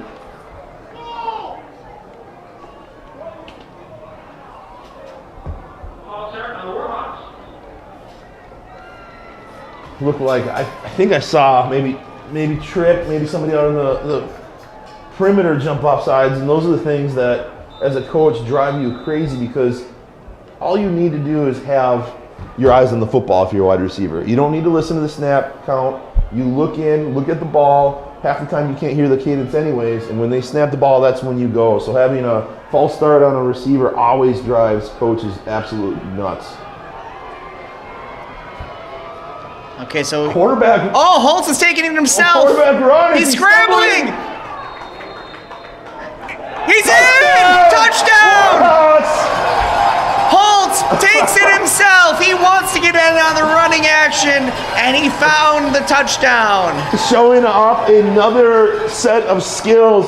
This young man talks about his ability to run as well. He hasn't had to utilize that part this season much, but he's shown the ability, whether it's a scramble or a zone read play.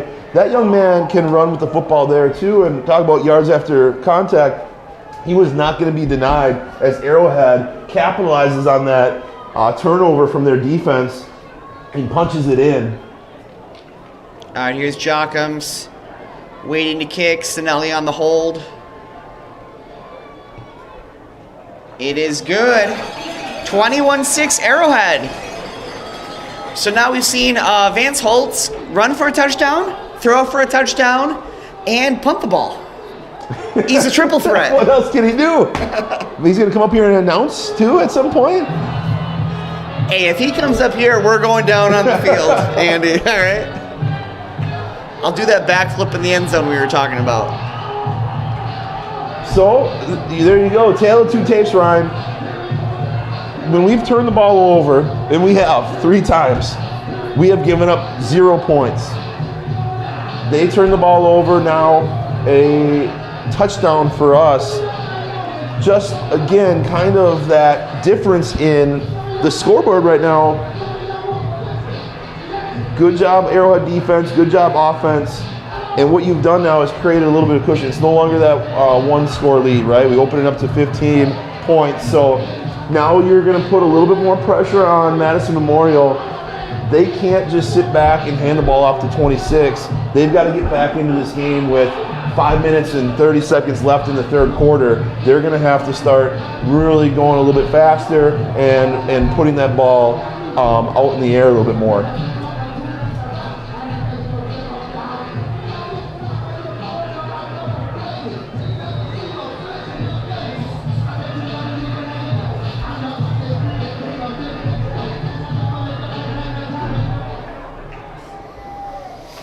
All right, so Jockham's here is about to kick it from the 40. I expect this one to easily sail out of the end zone. Oh, split kick. On the ground, muffed, and then swarmed. I never know, Ryan, are those, what happened? Yeah, it looked like he was down at about the 21, and then I don't know, it just was a decoy, and he got another 10 yards. I looked away, and then I'm not quite sure what happened there. But those are ones I don't know if they are intentional squib kicks or those are just some miss hits. Because every once in a while you'll see Jockham's squib it down there. Yeah, he probably thought kicking it out of the end zone would just be too easy at this point. Let's see if we can maybe make Memorial's life difficult. Still sticking to their formation. They're still in their under center I formation. See if they're going to keep their identity and just pitch it out, sticking to the run game. Good first. Oh, it's loose! Oh, but Memorial falls on it right away, it looks like. Wow. Good job, Arrowhead, not only wrapping up, but going and working on stripping the football, something they put a lot of emphasis on during this course of the season, working on strip drills, working on hitting the ball out of the defender, and you see it come to fruition there, just the way the football bounces back to Memorial. See if they can dodge a bullet there and put a drive together. Yeah, so they'll bring up second and short, second and about 2 or 3 here.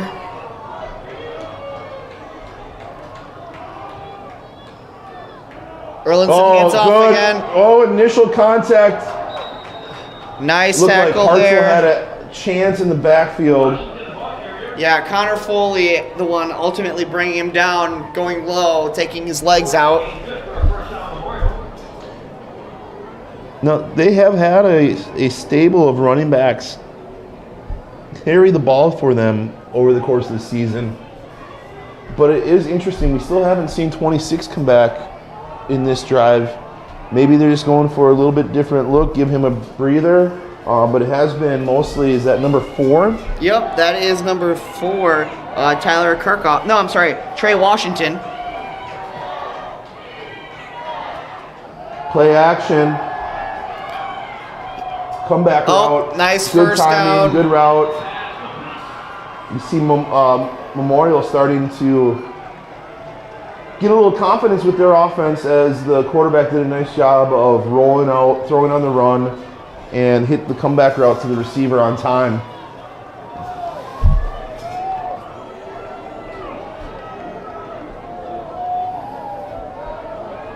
Yeah, that was a nice first down there by Memorial, as they've taken it all the way to the 45 now, into Arrowhead territory. Outside pitch again, swarmed in. I see a flag come in. Ryan, what spot is that? Where, if you had to guess where they throw that flag, what are we going to see? Oh, we're going to see offensive holding again here. We're going to march that one back.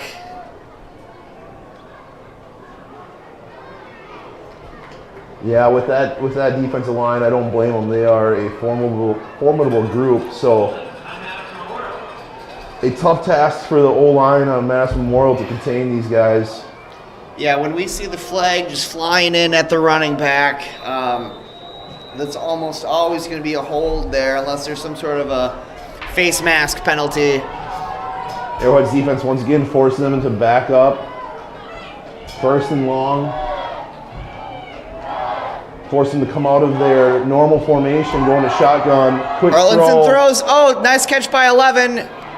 Fortunately, a lot of Arrowhead players there, not even getting back to the original line of scrimmage. Good job keeping the receivers in front of them, making them take those short pass plays and then swarming and coming up. Yes. Positive play for Memorial to get some of that penalty yardage back. But again, Arrowhead, you're fine with that play. Let them throw those quick outs and we'll come up and swarm and make those tackles. Yeah, 2nd and 12 here. Coach Rock's defense really wants to put another exclamation mark on this game. They had a nice turnover last possession. Here, I think they'll be satisfied with a stop. Another out. Another flag comes in as the ball drops incomplete. This one, it looks like is going to be on Memorial. That one was thrown near the line of scrimmage. My guess is, once again, that we'll have a hold for the 3rd penalty in a row. Interesting choice. You decline, put them on 3rd and long, or back them up and give them 2nd and even longer. And so it looks like Jacob WIAA is going to say, we're going to take them and push them back. Yep.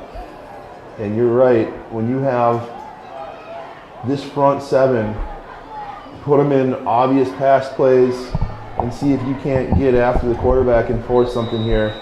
I'm not sure if they have it in their arsenal, but I know teams at this spot love some sort of screen play to their running back. Screen to the receiver.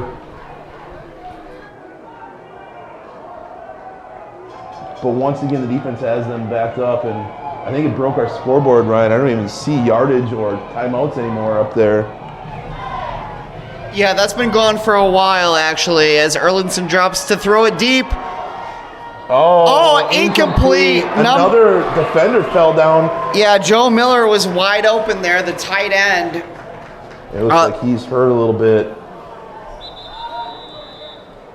Yeah, the throw looked a little bit low. It looks like he's got a cramp.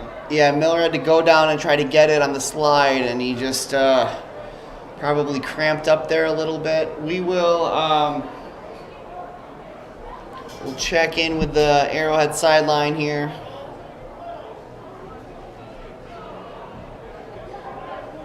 Going to set up a 3rd and 22. Not many plays in the playbook dialed up for that yardage, Ryan. No. So, you know, as a coaching staff, you're probably talking to you guys, watch some sort of trick play, watch those double moves, watch the reverses. It's time to start emptying out playbooks because you know you got to get back in this game and you got to do it in a hurry if you're Madison Memorial. So if you have anything that you've been practicing throughout this season, now is the time to start pulling them out.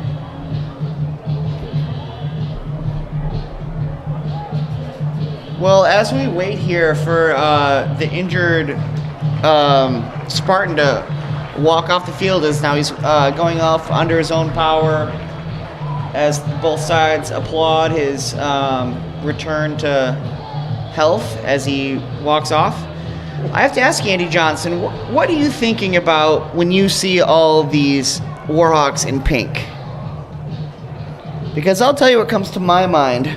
Mother's Day, 2006. I'm thinking my wife's favorite color. I know if you enjoy the color pink and you want to go and pick up a nice Mother's Day present, there's a wonderful shop in Delafield, Main Street Boutique. You could satisfy your desire for anything pink there for a women's boutique. That is very good to know. Okay, we are back here. Third 3rd and long. Drops back to pass. He's gonna drop, throw it deep. Deep. Has a guy streaking open. Oh, what a catch! Oh no! What a good play, Memorial. Emptying out the playbook with the long bomb down the right side. And you go back and you go, how do you let those guys run by you? I just, at 3rd and long, keep the receiver in front, and they're still able to get behind our Arrowhead defensive men for a great play and exactly what you want to do to get back in this game is overcome adversity. And they had a 3rd and 22 and were able to pick it up. Arrowhead back to a goal line stand. We'll see if their defense can't continue that magic of not letting the team in their end zone. Absolutely. All right, here's their first try here. Outside pitch, set the edge. Oh, Great yeah. individual play, but he gets out of it. Going back. Arrowhead defense does it again. Backs him up, tackle for a loss. What a play. Wow, Trey Washington losing about 15 yards there. They were ready for that 13 play. yards. Arrowhead set the edge on the outside and forced him to move back towards the line of scrimmage, towards the middle of the line of scrimmage. And from there, the defense swarmed and pushed him back. So, good first play. But as it sits, it's still 2nd down with a very capable Memorial offense. Arrowhead's looking for some more of that magic here. All right, Charlie Erlinson waiting for the snap. Looking to throw. Throw to the left corner. Out of bounds. Oh, out of bounds by a good 4 yards. Number 3, Mekhi Ward. Nice catch there. Just he was out in the blue. And again, good job secondary, but Jacob White putting pressure on that quarterback.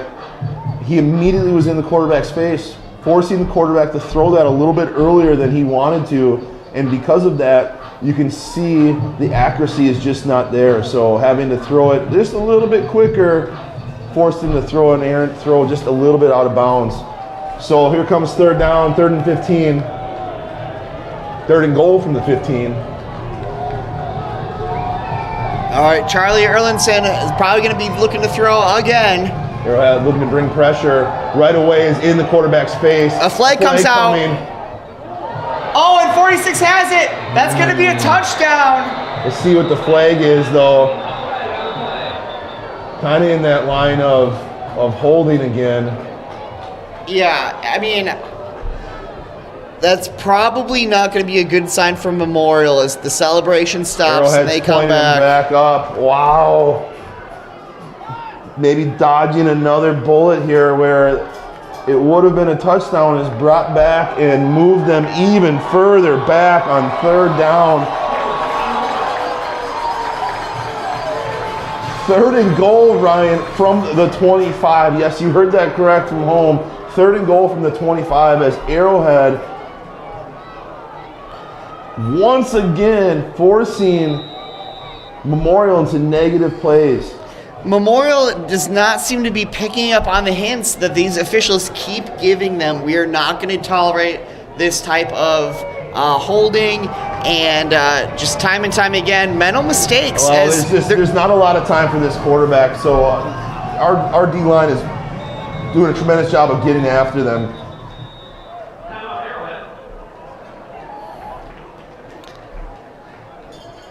Yeah, you know, a freight train's coming at you. You're going to just hold on and hope for the best. Well, but hold on to your seats. Memorial has been doing a really good job of overcoming adversity in the second half. They had a 3rd down and 22 and picked up a long throw. You're in a 3rd and goal from the 26. What are they going to try and do here? You don't have to go for the end zone. Arrowhead, if you're a secondaries coach there, if you're Fritz Rauch, I imagine you have to be telling these guys, keep the receivers in front of you. Do not let them get behind. I'm not sure if the Memorial's receiver speed is something that they weren't maybe ready for. Oh no, somebody fell.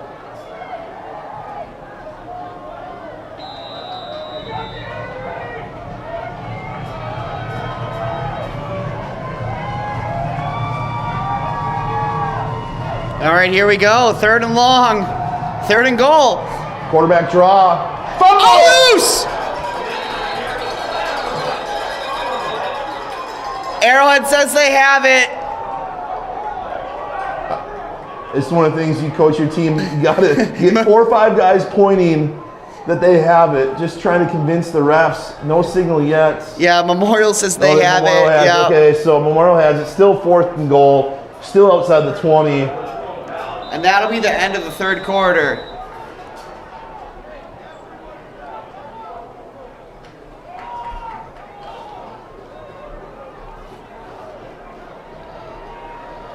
All right, we're going to have a heck of a play coming up to start the 4th. This is a very exciting game.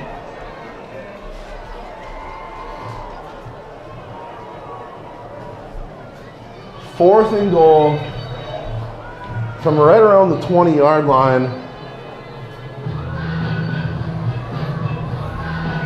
Gonna have some sort of passing play, obviously. Again, what do you have in your arsenal? What is a play that you can pull out from Memorial? Now, the way that the defensive line has been getting after the quarterback, Ryan, I can't imagine you're going to have a long clock in your head if you're a Memorial's quarterback. No, I wouldn't be surprised if we saw them do something different to try to buy their quarterback more time. Maybe a plan, roll out. Yeah. To try to just give his receivers some more time to get open, get into the end zone. Because we saw that last week. Yeah. Janesville Parker really neutralized that pass rush by having their quarterback get out on the edge a little bit.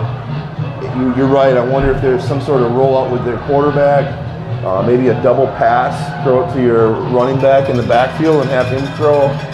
But now is the time. You need a play by Memorial to get you back in this game. You need a 20-plus yard completion to get in the end zone. Otherwise, you're going to turn the ball back over to Arrowhead. Yeah, 4th and goal. Huge play here for both teams.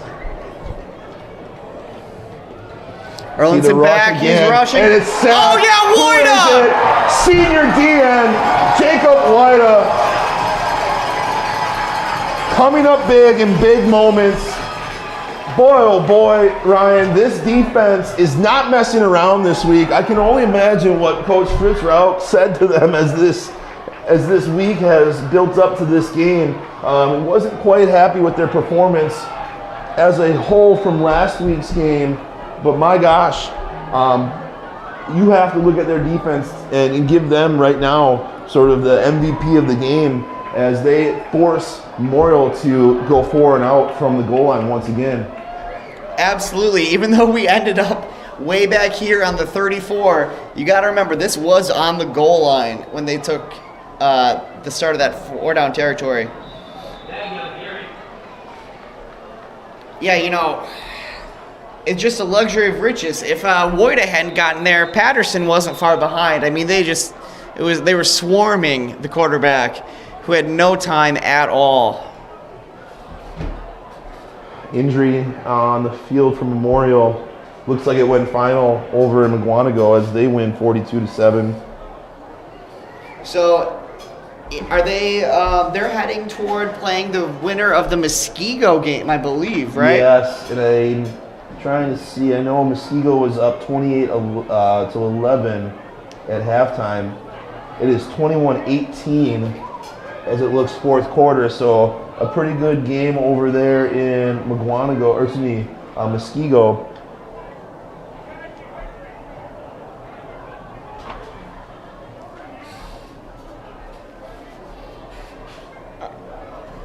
All right, once again, here we are in the 4th quarter, 2nd and 11 from the 33. Just dealing with an injury timeout here for a Madison Memorial player who's still down on the ground.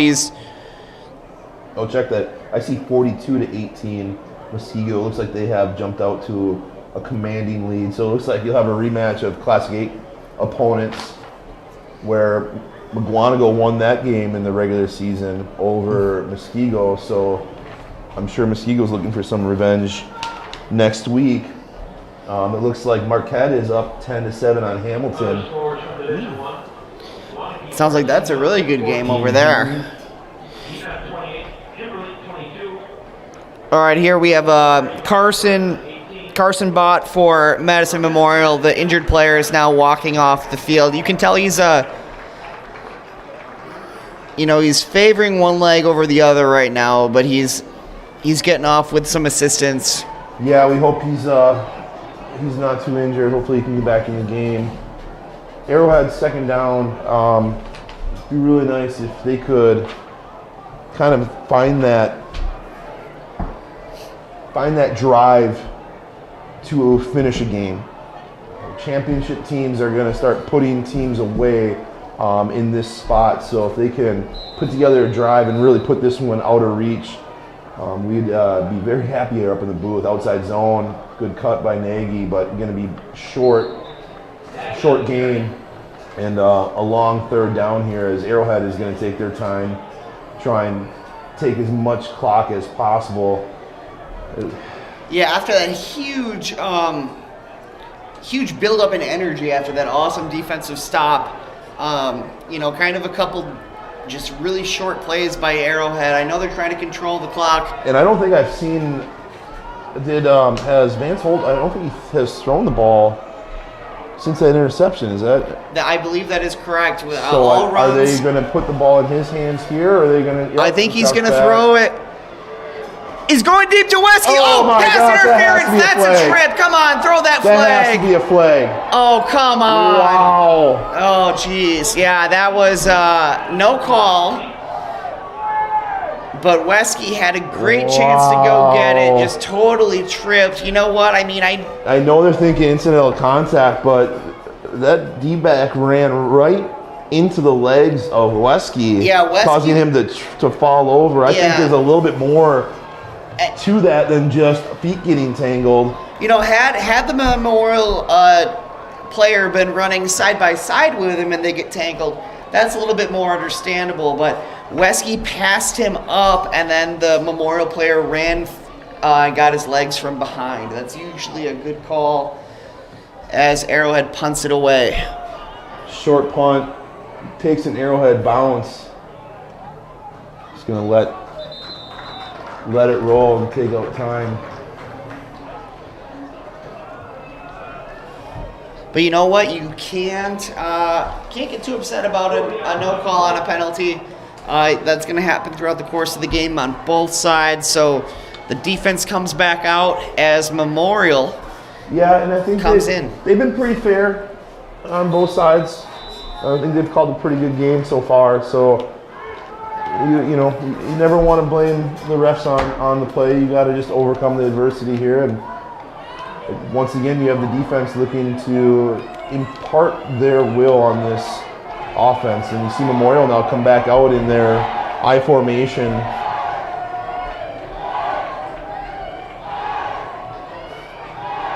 And run the ball up the middle. There's Cunningham back in. 10 minutes left. Down 15. Yeah, Cunningham's just moving a little bit slower than usual as he comes off the field here. And I know Memorial doesn't want to get too far out of what their identity is, but they're taking a lot of time coming in and out of the huddle. Don't see a sense of urgency right now from Memorial when their season's on the line here, down 15 in the fourth quarter.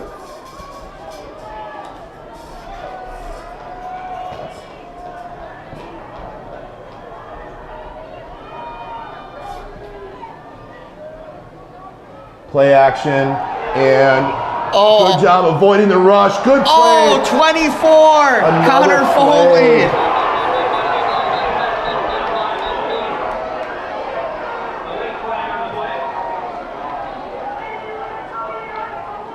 Good job as Memorial's quarterback was able to step up, avoid the sack, Really good job, Arrowhead's defense of back being able to make a break on the play, but there is a flag.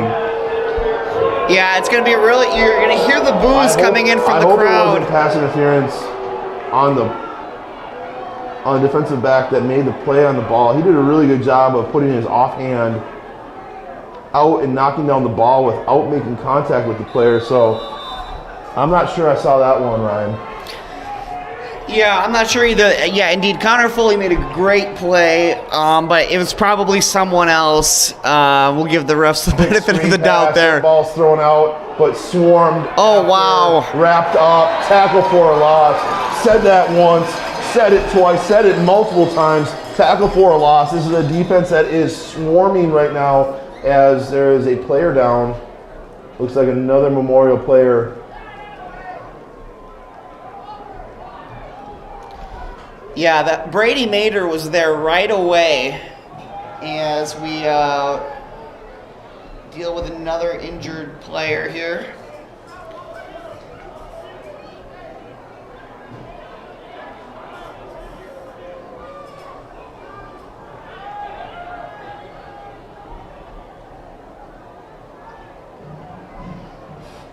All right, so 9:37 to go in the game. Memorial's got the ball, 2nd and 10. It looks like. And they're just desperate to get in the end zone here. They're starting to feel that the time is running out. And the really only success, Ryan, they've had is those deep shots. But part of the problem is you have to have time to throw that. And Arrowhead has been in the backfield almost at the snap of the football. So, I can understand why they're still trying to run the ball, just because at some point they have to do something different. But look for them to try and take some shots here and see if they can't score quickly. Yeah, here we go. 2nd and 10 from the 44. Erlinson in the shotgun. He's looking left. He's throwing it up the middle. Complete. First down. Still going. Still wrapped up by Brady Mader. A few other Warhawks help him bring down. A gain of 14 on the play. Good play. Got a good chunk there across the middle.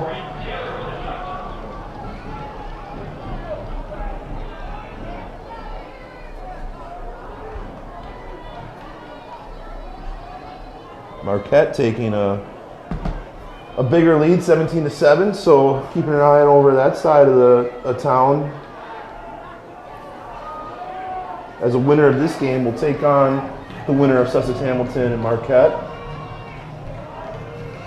All right, 1st and 10 here from the 39. Run play. Run to 9. Swarmed. Very short gain. Joe Miller on the carry. And you just look to see as the quarterback has to run over, get the play from the coach, run back in, call it in the huddle as the clock continues to tick. So Memorial really, again, not having that up-tempo, not having the ability to kind of run that up-tempo here, as they are going to be eating up some clock as they call these plays. All right, 2nd and 8. I expect to see Erlinson throwing it here again. False start.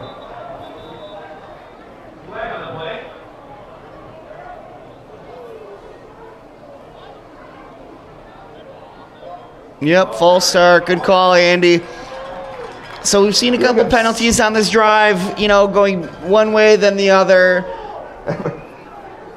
Have we seen this before, Ryan? Them get down to the 30-20 and then just all of a sudden have a lack of execution and start moving backwards. So I'm sure it's pretty frustrating the Memorial coaches as you start getting into the red zone area and then just having those self-inflicted wounds that are causing you to back up.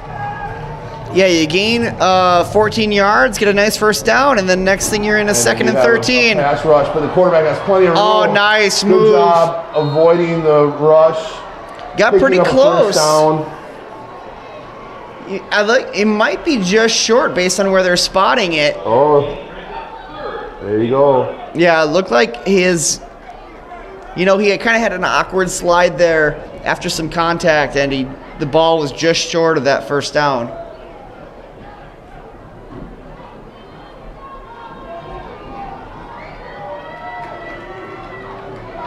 All right, here we go. 3rd and short. See if Arrowhead can get a push. Quarterback sneak.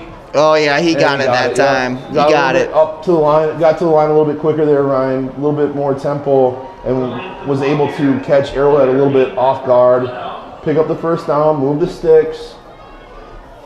Down 15 here. 7 minutes left.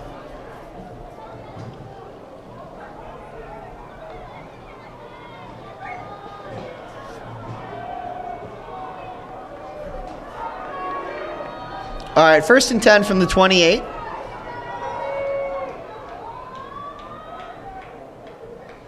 Play action. Again, up the middle. They've seen that play now a couple times. Yeah, Luke Catapan. Running just a little bit of a slant. Middle of, oh boy, another flag. Holding.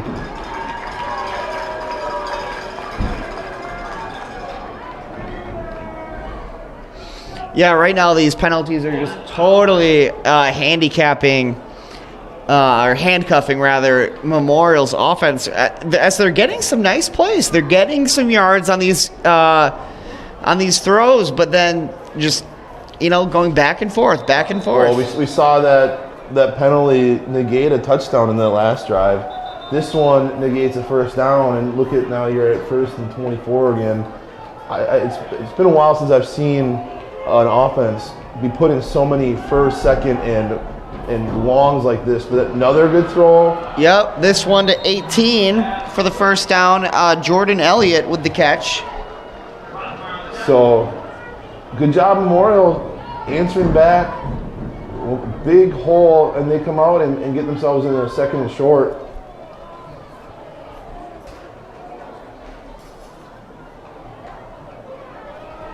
They've seemingly found some success with that slant or post in the middle of the field. Let's see if Arrowhead secondary can adjust here.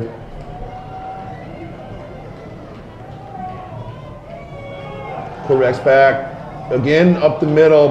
Play. Knocks it. Oh, no. Wow, no. There's going to be maybe a targeting call here.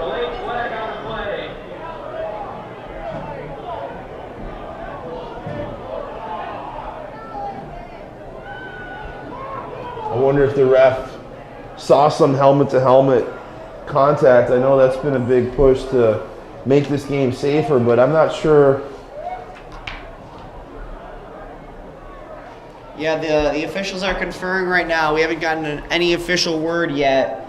The intended receiver there is down right now, being tended to. I mean, he's sitting up, but he's getting looked at. Yep, and they're marching forward, so that is going to be called a penalty against Arrowhead. It's good to see him up and jogging off. Yep, he's okay. That's great to see. So I'll bring up 1st and... Well, it looks like it's just outside the 10, so it looks like it'll be 1st and 10 from the 11. Arrowhead getting their personnel they want in here.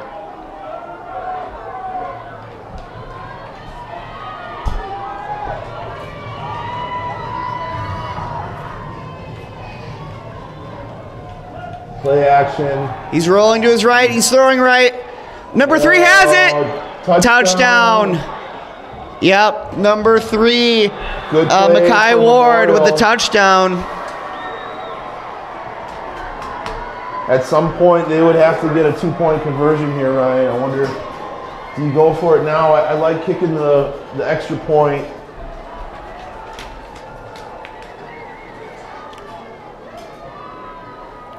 Yeah, it looks like they're going to kick it here. Cut it to 8. Give yourself a chance, because if you don't get the 2-point conversion on this attempt,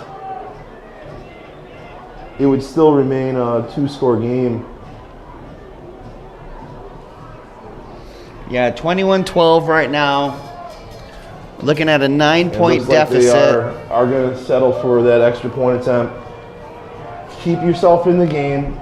Cut it to a 1-score game. Try and get it to that 8 points, and then see what happens with the last 5 minutes and 40 seconds. The kick is up. It is good. 8-point game. See what they elect to do. Nice job, Memorial. They were able to put a drive together, overcome again that adversity of those negative plays. It was first down and 20 with that holding call. Picked up some really big pass plays, got it into the end zone, and here we go. It's an 8-point game in the fourth quarter with 5 minutes, 40 seconds left. What do you do, Ryan, here? Are you kicking an onside kick? Or with 5 minutes left and having all 3 of your timeouts, do you kick this deep and rely on your defense to come up with a stop? If I'm Madison Memorial, I'm kicking it deep because I don't want to give the Arrowhead's offense close field position. I want to trust my defense out there to get a stop and then just trying to hold them. Now, their defense did come up with a big 3-and-out last series, so yeah. We saw them with some success. Yeah, and I'm with you. Kick it deep. Give yourself a chance. You got 3 timeouts. There's a lot of time left. If you can get a stop here and get the ball back, you are in a great position to try and tie that game. Now, again, missing that extra point early in the first half is a big deal, as even if they are able to get the ball back and score, they're going to have to go for 2 as they kind of squib kick it, trying to see if they could get it to stop and maybe pick up the ball. Yeah, it was a good attempt. It kind of going in between the 2 lines of thought. Not giving Arrowhead great field position, but maybe giving them a chance to maybe get lucky and make a play. Yeah, and it's going to be a penalty where the ball's going to come out to the 35-yard line. So good field position for Arrowhead. 5 minutes, 40 seconds. Making first downs. This is the time when you are looking for your offense to come out and win this game for you. You win this game by eating up time, by picking up first downs, and making sure that you don't go 3-and-out here and give momentum back to Memorial. Yeah, anything but a 3-and-out or a turnover here would be huge. Outside zone play, running, staying in bounds. Our crosstown action. Actually, no, the game wasn't at Pewaukee. It was a away game. But Pewaukee lost tonight, 21-22. Andy, did you see that? I did not see that coming. That's a big win for Monroe. Arrowhead going to eat up some time. I like that inside zone play that they had earlier. I'd like to see them come back to that. You got to keep the ball on the ground if you're Arrowhead, so you're a little bit tied to what you have. Outside zone again. Yeah, Nagy again. This time he's got room. First down and more. Skips down. Nice job. And again, where does it come back to, Ryan? Find your leader on the line. Get behind Derek Jensen. I loved what you said last week. He's the guy that you try and follow in the hallways. If you're trying to get to lunch on time, get behind him. He will make a hole for you in the hallways, and he'll make a hole for you if you're Drew Nagy picking up a first down. Big first down. You can let this clock tick, tick, tick. Yeah, the symbiotic circle between the running backs and the offensive line, feeding off of each other, working together for mutual gain. You love to see it here when they need the clock to keep ticking. Inside Here's another zone. run. There it is. That oh yeah, another power first move down to for Nagy. Outside zone. I like what they're doing offensively. You know you have to run the ball because you want this clock to keep ticking. You had some success running outside. You're trying to get outside of the tackles and let the running back use his speed, and then you come back with that inside run where he's going to run right up the middle, keeping Madison Memorial off balance a little bit. So good job. Another first down. As that clock starts to get under 4 minutes, you're going to have to see Memorial at some point. They're going to have to start using those timeouts to conserve some time at some point here. Not yet. They're hoping that they can still get a 3-and-out, but Arrowhead has done a good job of moving the ball. Meanwhile, you see their backers go, they're thinking outside zone, and then you get inside zone. Oh yeah, nice cut to the left by Nagy. Okay, their defense is trying to starting to predict what Arrowhead's going to do. You saw their linebackers all go outside of their tackles in hopes to catch Arrowhead in a bad spot. Arrowhead had the right call, inside zone. picked up good yards, and more importantly, stayed in bounds. Yeah, meanwhile, Sean Jockums has taken off his coat. He's going to start warming up Arrowhead's powerful kicker. Yeah, and, I mean, again, at a high school level, right, and the fact that we're starting to get into his range is impressive. So that is another positive for Arrowhead. You pick up another first down, pick up a few more yards, and you have Jockums who is capable of hitting those long-range field goals. Yeah, I love the runs by Nagy. He's carrying that ball like a new father, carrying the baby home from the hospital, 2 hands, and that thing is going nowhere. Cannot afford another turnover. So yes, he is protecting that football. All right, I expect to see another heavy dose of Nagy here on this play.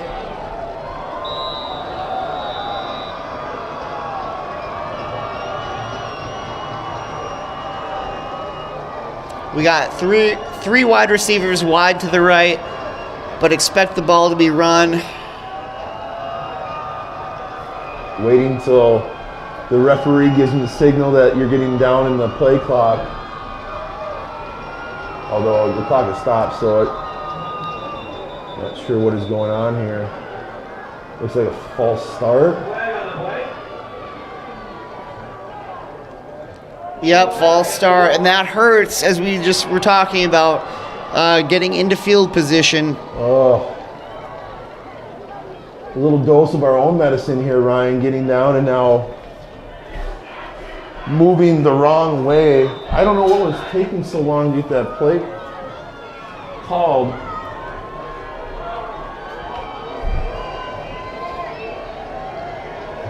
See if Arrowhead can overcome some of their own adversity.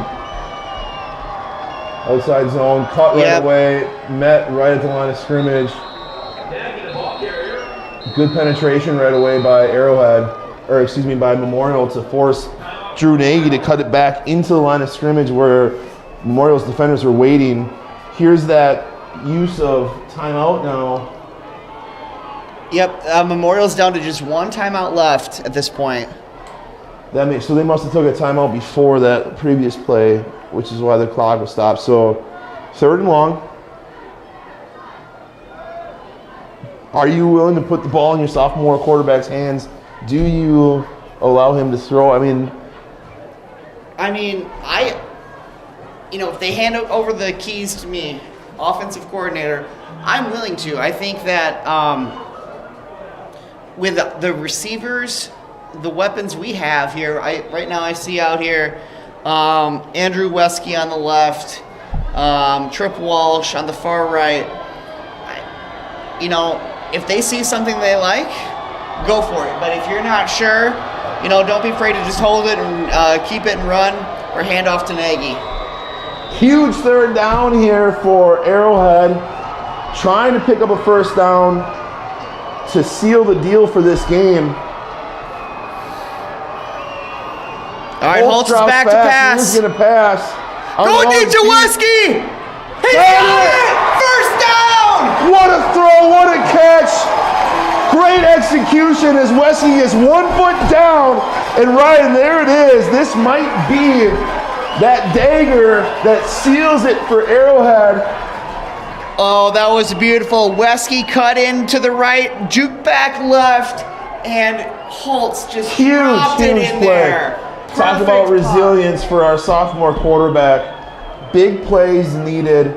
He is able to deliver, and Arrowhead is at the 5-yard line looking to answer and put more points right back on this board. All right, Nagy behind Holtz. He's got it. He's rolling. Nice spin, and it's in! It is in! Touchdown Warhawks! Oh, and the crowd goes wild. They know what that means. That much closer to securing a level 3 home game next week. Great job. You have confidence in your sophomore quarterback. 3rd and 10. You're looking to keep the ball in your possession, not turn it back over to Madison Memorial and allow them a chance to tie the game up. And he responds with a dime to Andrew Wesky, who toe taps on the sidelines, and then followed up with a Drew Nagy touchdown. Great answer from Arrowhead's offense.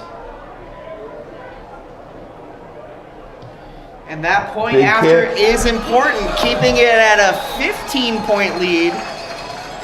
And, barring some sort of miracle here by Madison Memorial, the extra point could come in handy because it makes them have to have that 2-point conversion at some point. It's right there, but as the coaching staff, you got to stay focused and make sure you finish this game. I know the fans feel it. We can feel it up here in the booth, Ryan. But those players need to make sure they go out and don't let anything happen to let them any chance of back in this game, right? No quick scores, no trick plays, nothing that's going to give them any sort of hope. And let's finish this game out and get to a level 3 home game, which Arrowhead hasn't done since 2014.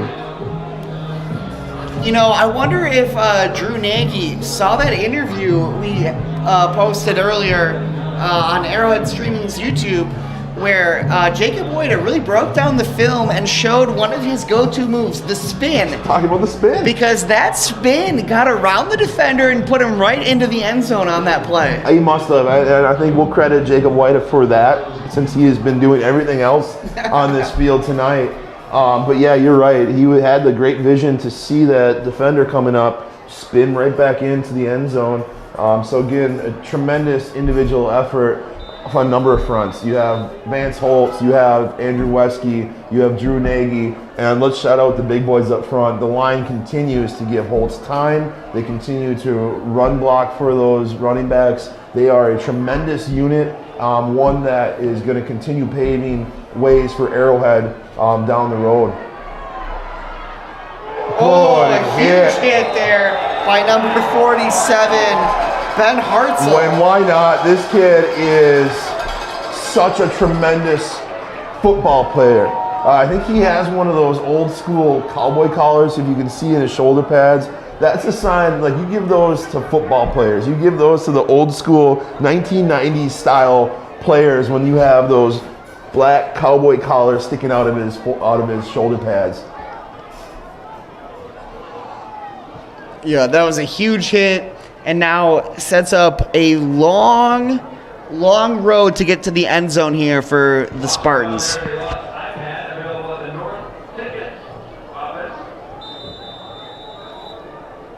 All right, they still have 3 minutes and 5 seconds to go here. Don't tune out anybody. Do not go anywhere as they bomb it to number 3. Oh, it's nearly picked, then nearly caught before falling out of bounds. No, it bounced out. No catch. No catch. It went through Arrowhead's. It looked like it went through an Arrowhead defender, then through the intended receiver before falling out of bounds at the 50. That receiver was open for a little bit. Good closing speed on the secondary for Arrowhead. But my oh my, that receiver was open for a second, and that's a huge dodged bullet for Arrowhead to not give up a big play right away and let them back in it.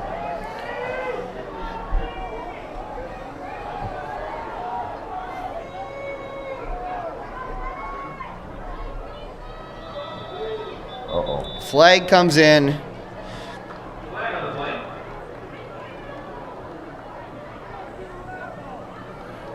False start.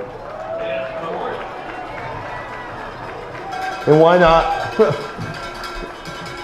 It's been sort of the telltale sign for Memorial's struggles in this game. They cannot really get out of their own way with penalties, false starts, holdings, making life very difficult for them to succeed on the offensive side. But credit to Arrowhead's defense, they've made it tough for them from this get-go, Ryan. Yeah, they sure have. But, as the clock is ticking down and we're under 3 minutes, you got to be impressed by Memorial's never going to quit attitude. I mean, my goodness, I'm not feeling comfortable yet. 2 minutes and 50 seconds, and you feel like anything could happen. Dave Gierach is questioning my 1990s being old school. Sorry, Coach Skirok. 90s is old school to me, so it's all about perspective. I know you were around when they invented the game of football. Well, I'm pretty sure they didn't have shoulder pads when Dave Gierach first played. More like a leather helmet.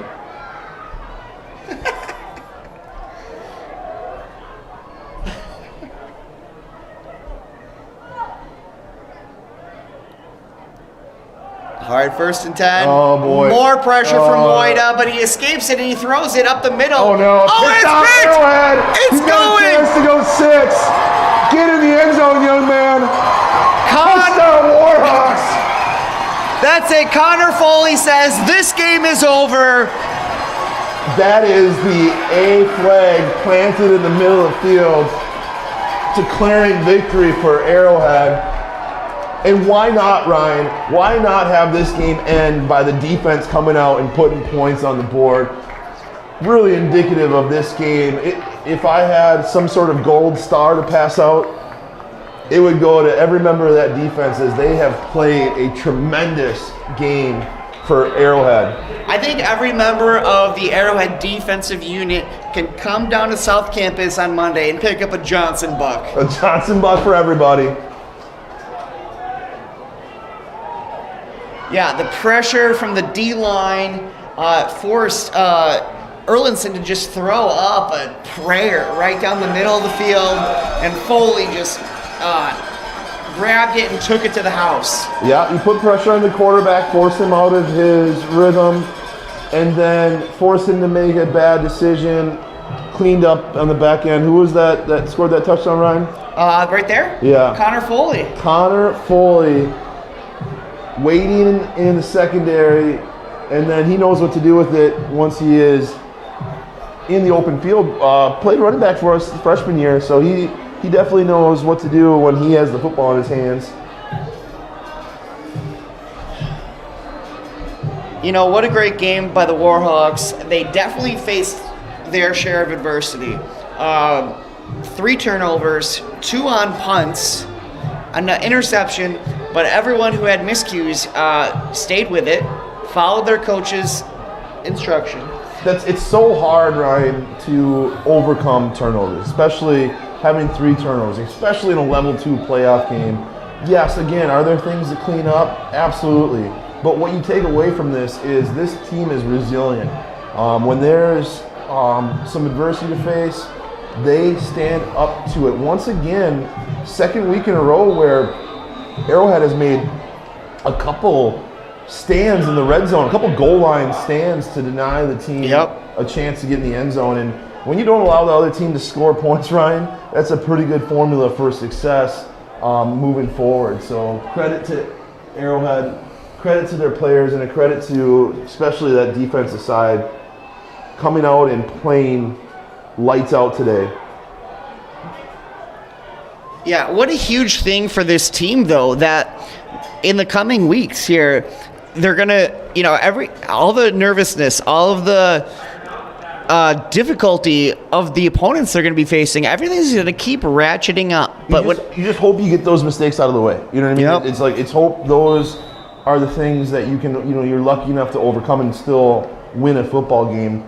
Because it looks like, right now Hamilton's up 21-17 against Marquette. Hamilton is a conference champ. They would be coming over here if they can hold out and beat Marquette. You're not going to be able to have those mistakes once you start playing some of these upper echelon teams that we're going to see in the level 3 and beyond. All right, 1st and 10, 2.5 minutes to go still. Nice pass to 11 up the middle. He's going to try to get out of bounds, and he does. Luke Catapin. And that is by no means a slight for Madison Memorial. I'm talking about the upper echelon teams. They, too, are a top team who made it to level 2. Well coached, never gave up today, as you talked about. Tip of the cap to these young men. They're still out there fighting, down 15. Game's not over, Ryan. I understand that, but they're facing a pretty big uphill battle now at this point in the game. Yeah, at this point, once you get to level 2, or maybe even last week, level 1, but especially in level 2 and beyond. Open, Bummer for him. He dropped it, number 11. It's the second time Wide I've open. seen wide open receivers. I can't imagine in this situation how they're still having miscommunication in the secondary. That was a walk-in touchdown. What am I talking about? They knew that yellow flag was. They saw the flag, and that was it, I guess. I'd like to see these guys just play deep. Back up. But yeah, as I was saying, just all of these teams that make it this far, they make it this far for a reason. They've had great seasons, and, you know, they're going to go home disappointed to be sure, but they have a lot to be proud of. Absolutely. You know, we talked about 8-2 record this season. Just battling to the end. Still has a good run here. Memorial Kid down. All right, we're going to get the camera off of the injured player. Failed there a little bit. There we go. As I believe that's number 18 down. Jordan Elliott will be looked at by the training staff.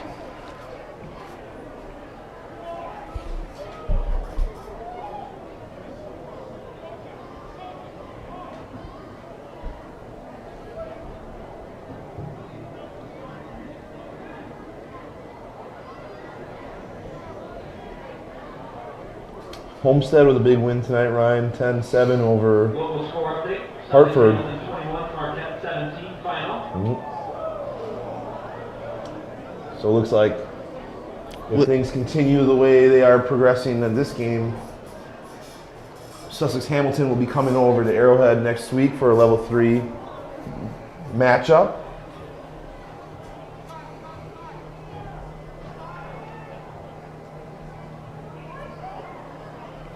Okay, Sussex Hamilton, as you mentioned, the GMC Greater Metro Conference champions. Yep. They've had a great season. They secured the 3 seed. And I know that during the selection show that WIAA put on over on Bally Sports, the second best high school sports network running, they said that Sussex Hamilton is a team to watch out for. Yeah. So it's going to be a good one. Yeah, absolutely. So a lot of people had them kind of advancing through their first 2 games.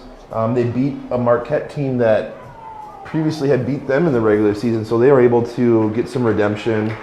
Arrowhead has some familiarity, has played Sussex Hamilton a couple times now in the playoffs, I believe.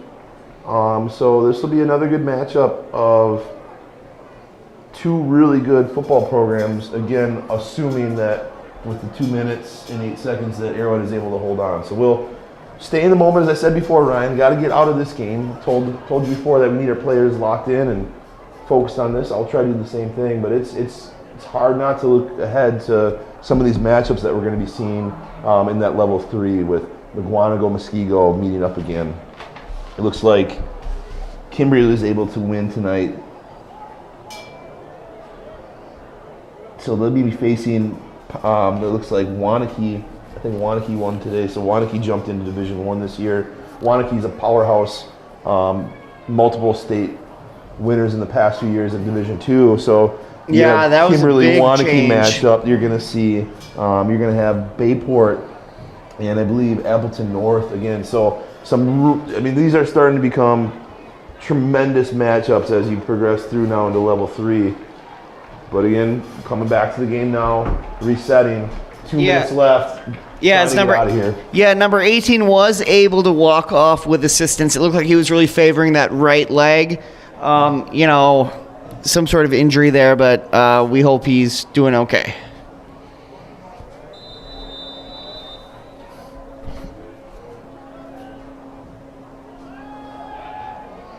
Quick pass to 87 for a first down. Swarmed He's by the trying to get out of Warhawks. bounds, but kept him inbound. yeah. It looks like good job. While the clock is ticking down, I'd like to take some moments to acknowledge some of the other great Arrowhead fall sports seasons. since last week, since our last game, the Arrowhead girls tennis team Congratulations to them. What a secured season. their second state championship ever. Awesome. As another first down for Fumble, Memorial. Arrowhead takes over, and this then- is going to do it, ladies Yep. and gentlemen. We're going to get to see a victory formation out there. There's nothing better, Ryan, than being able to go out there and just take a knee and putting it away. So great season for the Lady Warhawks tennis. Yep. In other news, last night the girls volleyball season came to an end as they lost to, I believe, Sussex Hamilton. Yep. Up in Germantown. Congratulations to Coach Hobbs on another really good Another season. great season. They were in a really tough sectional. I mean, a lot of the top 10 in the state were all in that same sectional up in Germantown, and just got beat by a really good Hamilton squad. And also last night, our soccer team, boys soccer, came to an end as they were defeated by Brookfield East. Okay. Congratulations to Coach Staus. Yep. Wonderful season. Congratulations to Madison Memorial as this game is starting to come to a close. Congratulations to all their seniors who are moving on. But more importantly, congratulations to Coach Matt Harris, his staff, the varsity players who came out here and put on a great performance to get them, Ryan, to another home game next week here at Arrowhead. Yep, you're going to want to tune in, folks. I mean, if you can't make it down to Arrowhead, like for those of our friends up in Sparta, Wisconsin, you're going to have to tune in online. To the Carnell grandparents, we can't wait to see you next week. Absolutely. How excited is this? First home game in level 3 since 2014, as Arrowhead's going to be fighting for a chance to get into that level 4. Very happy for these players, very happy for this coaching staff. Another week to prepare and get ready for Friday when Sussex Hamilton comes to town. Absolutely, I can't wait. Congratulations, Warhawks, and good night.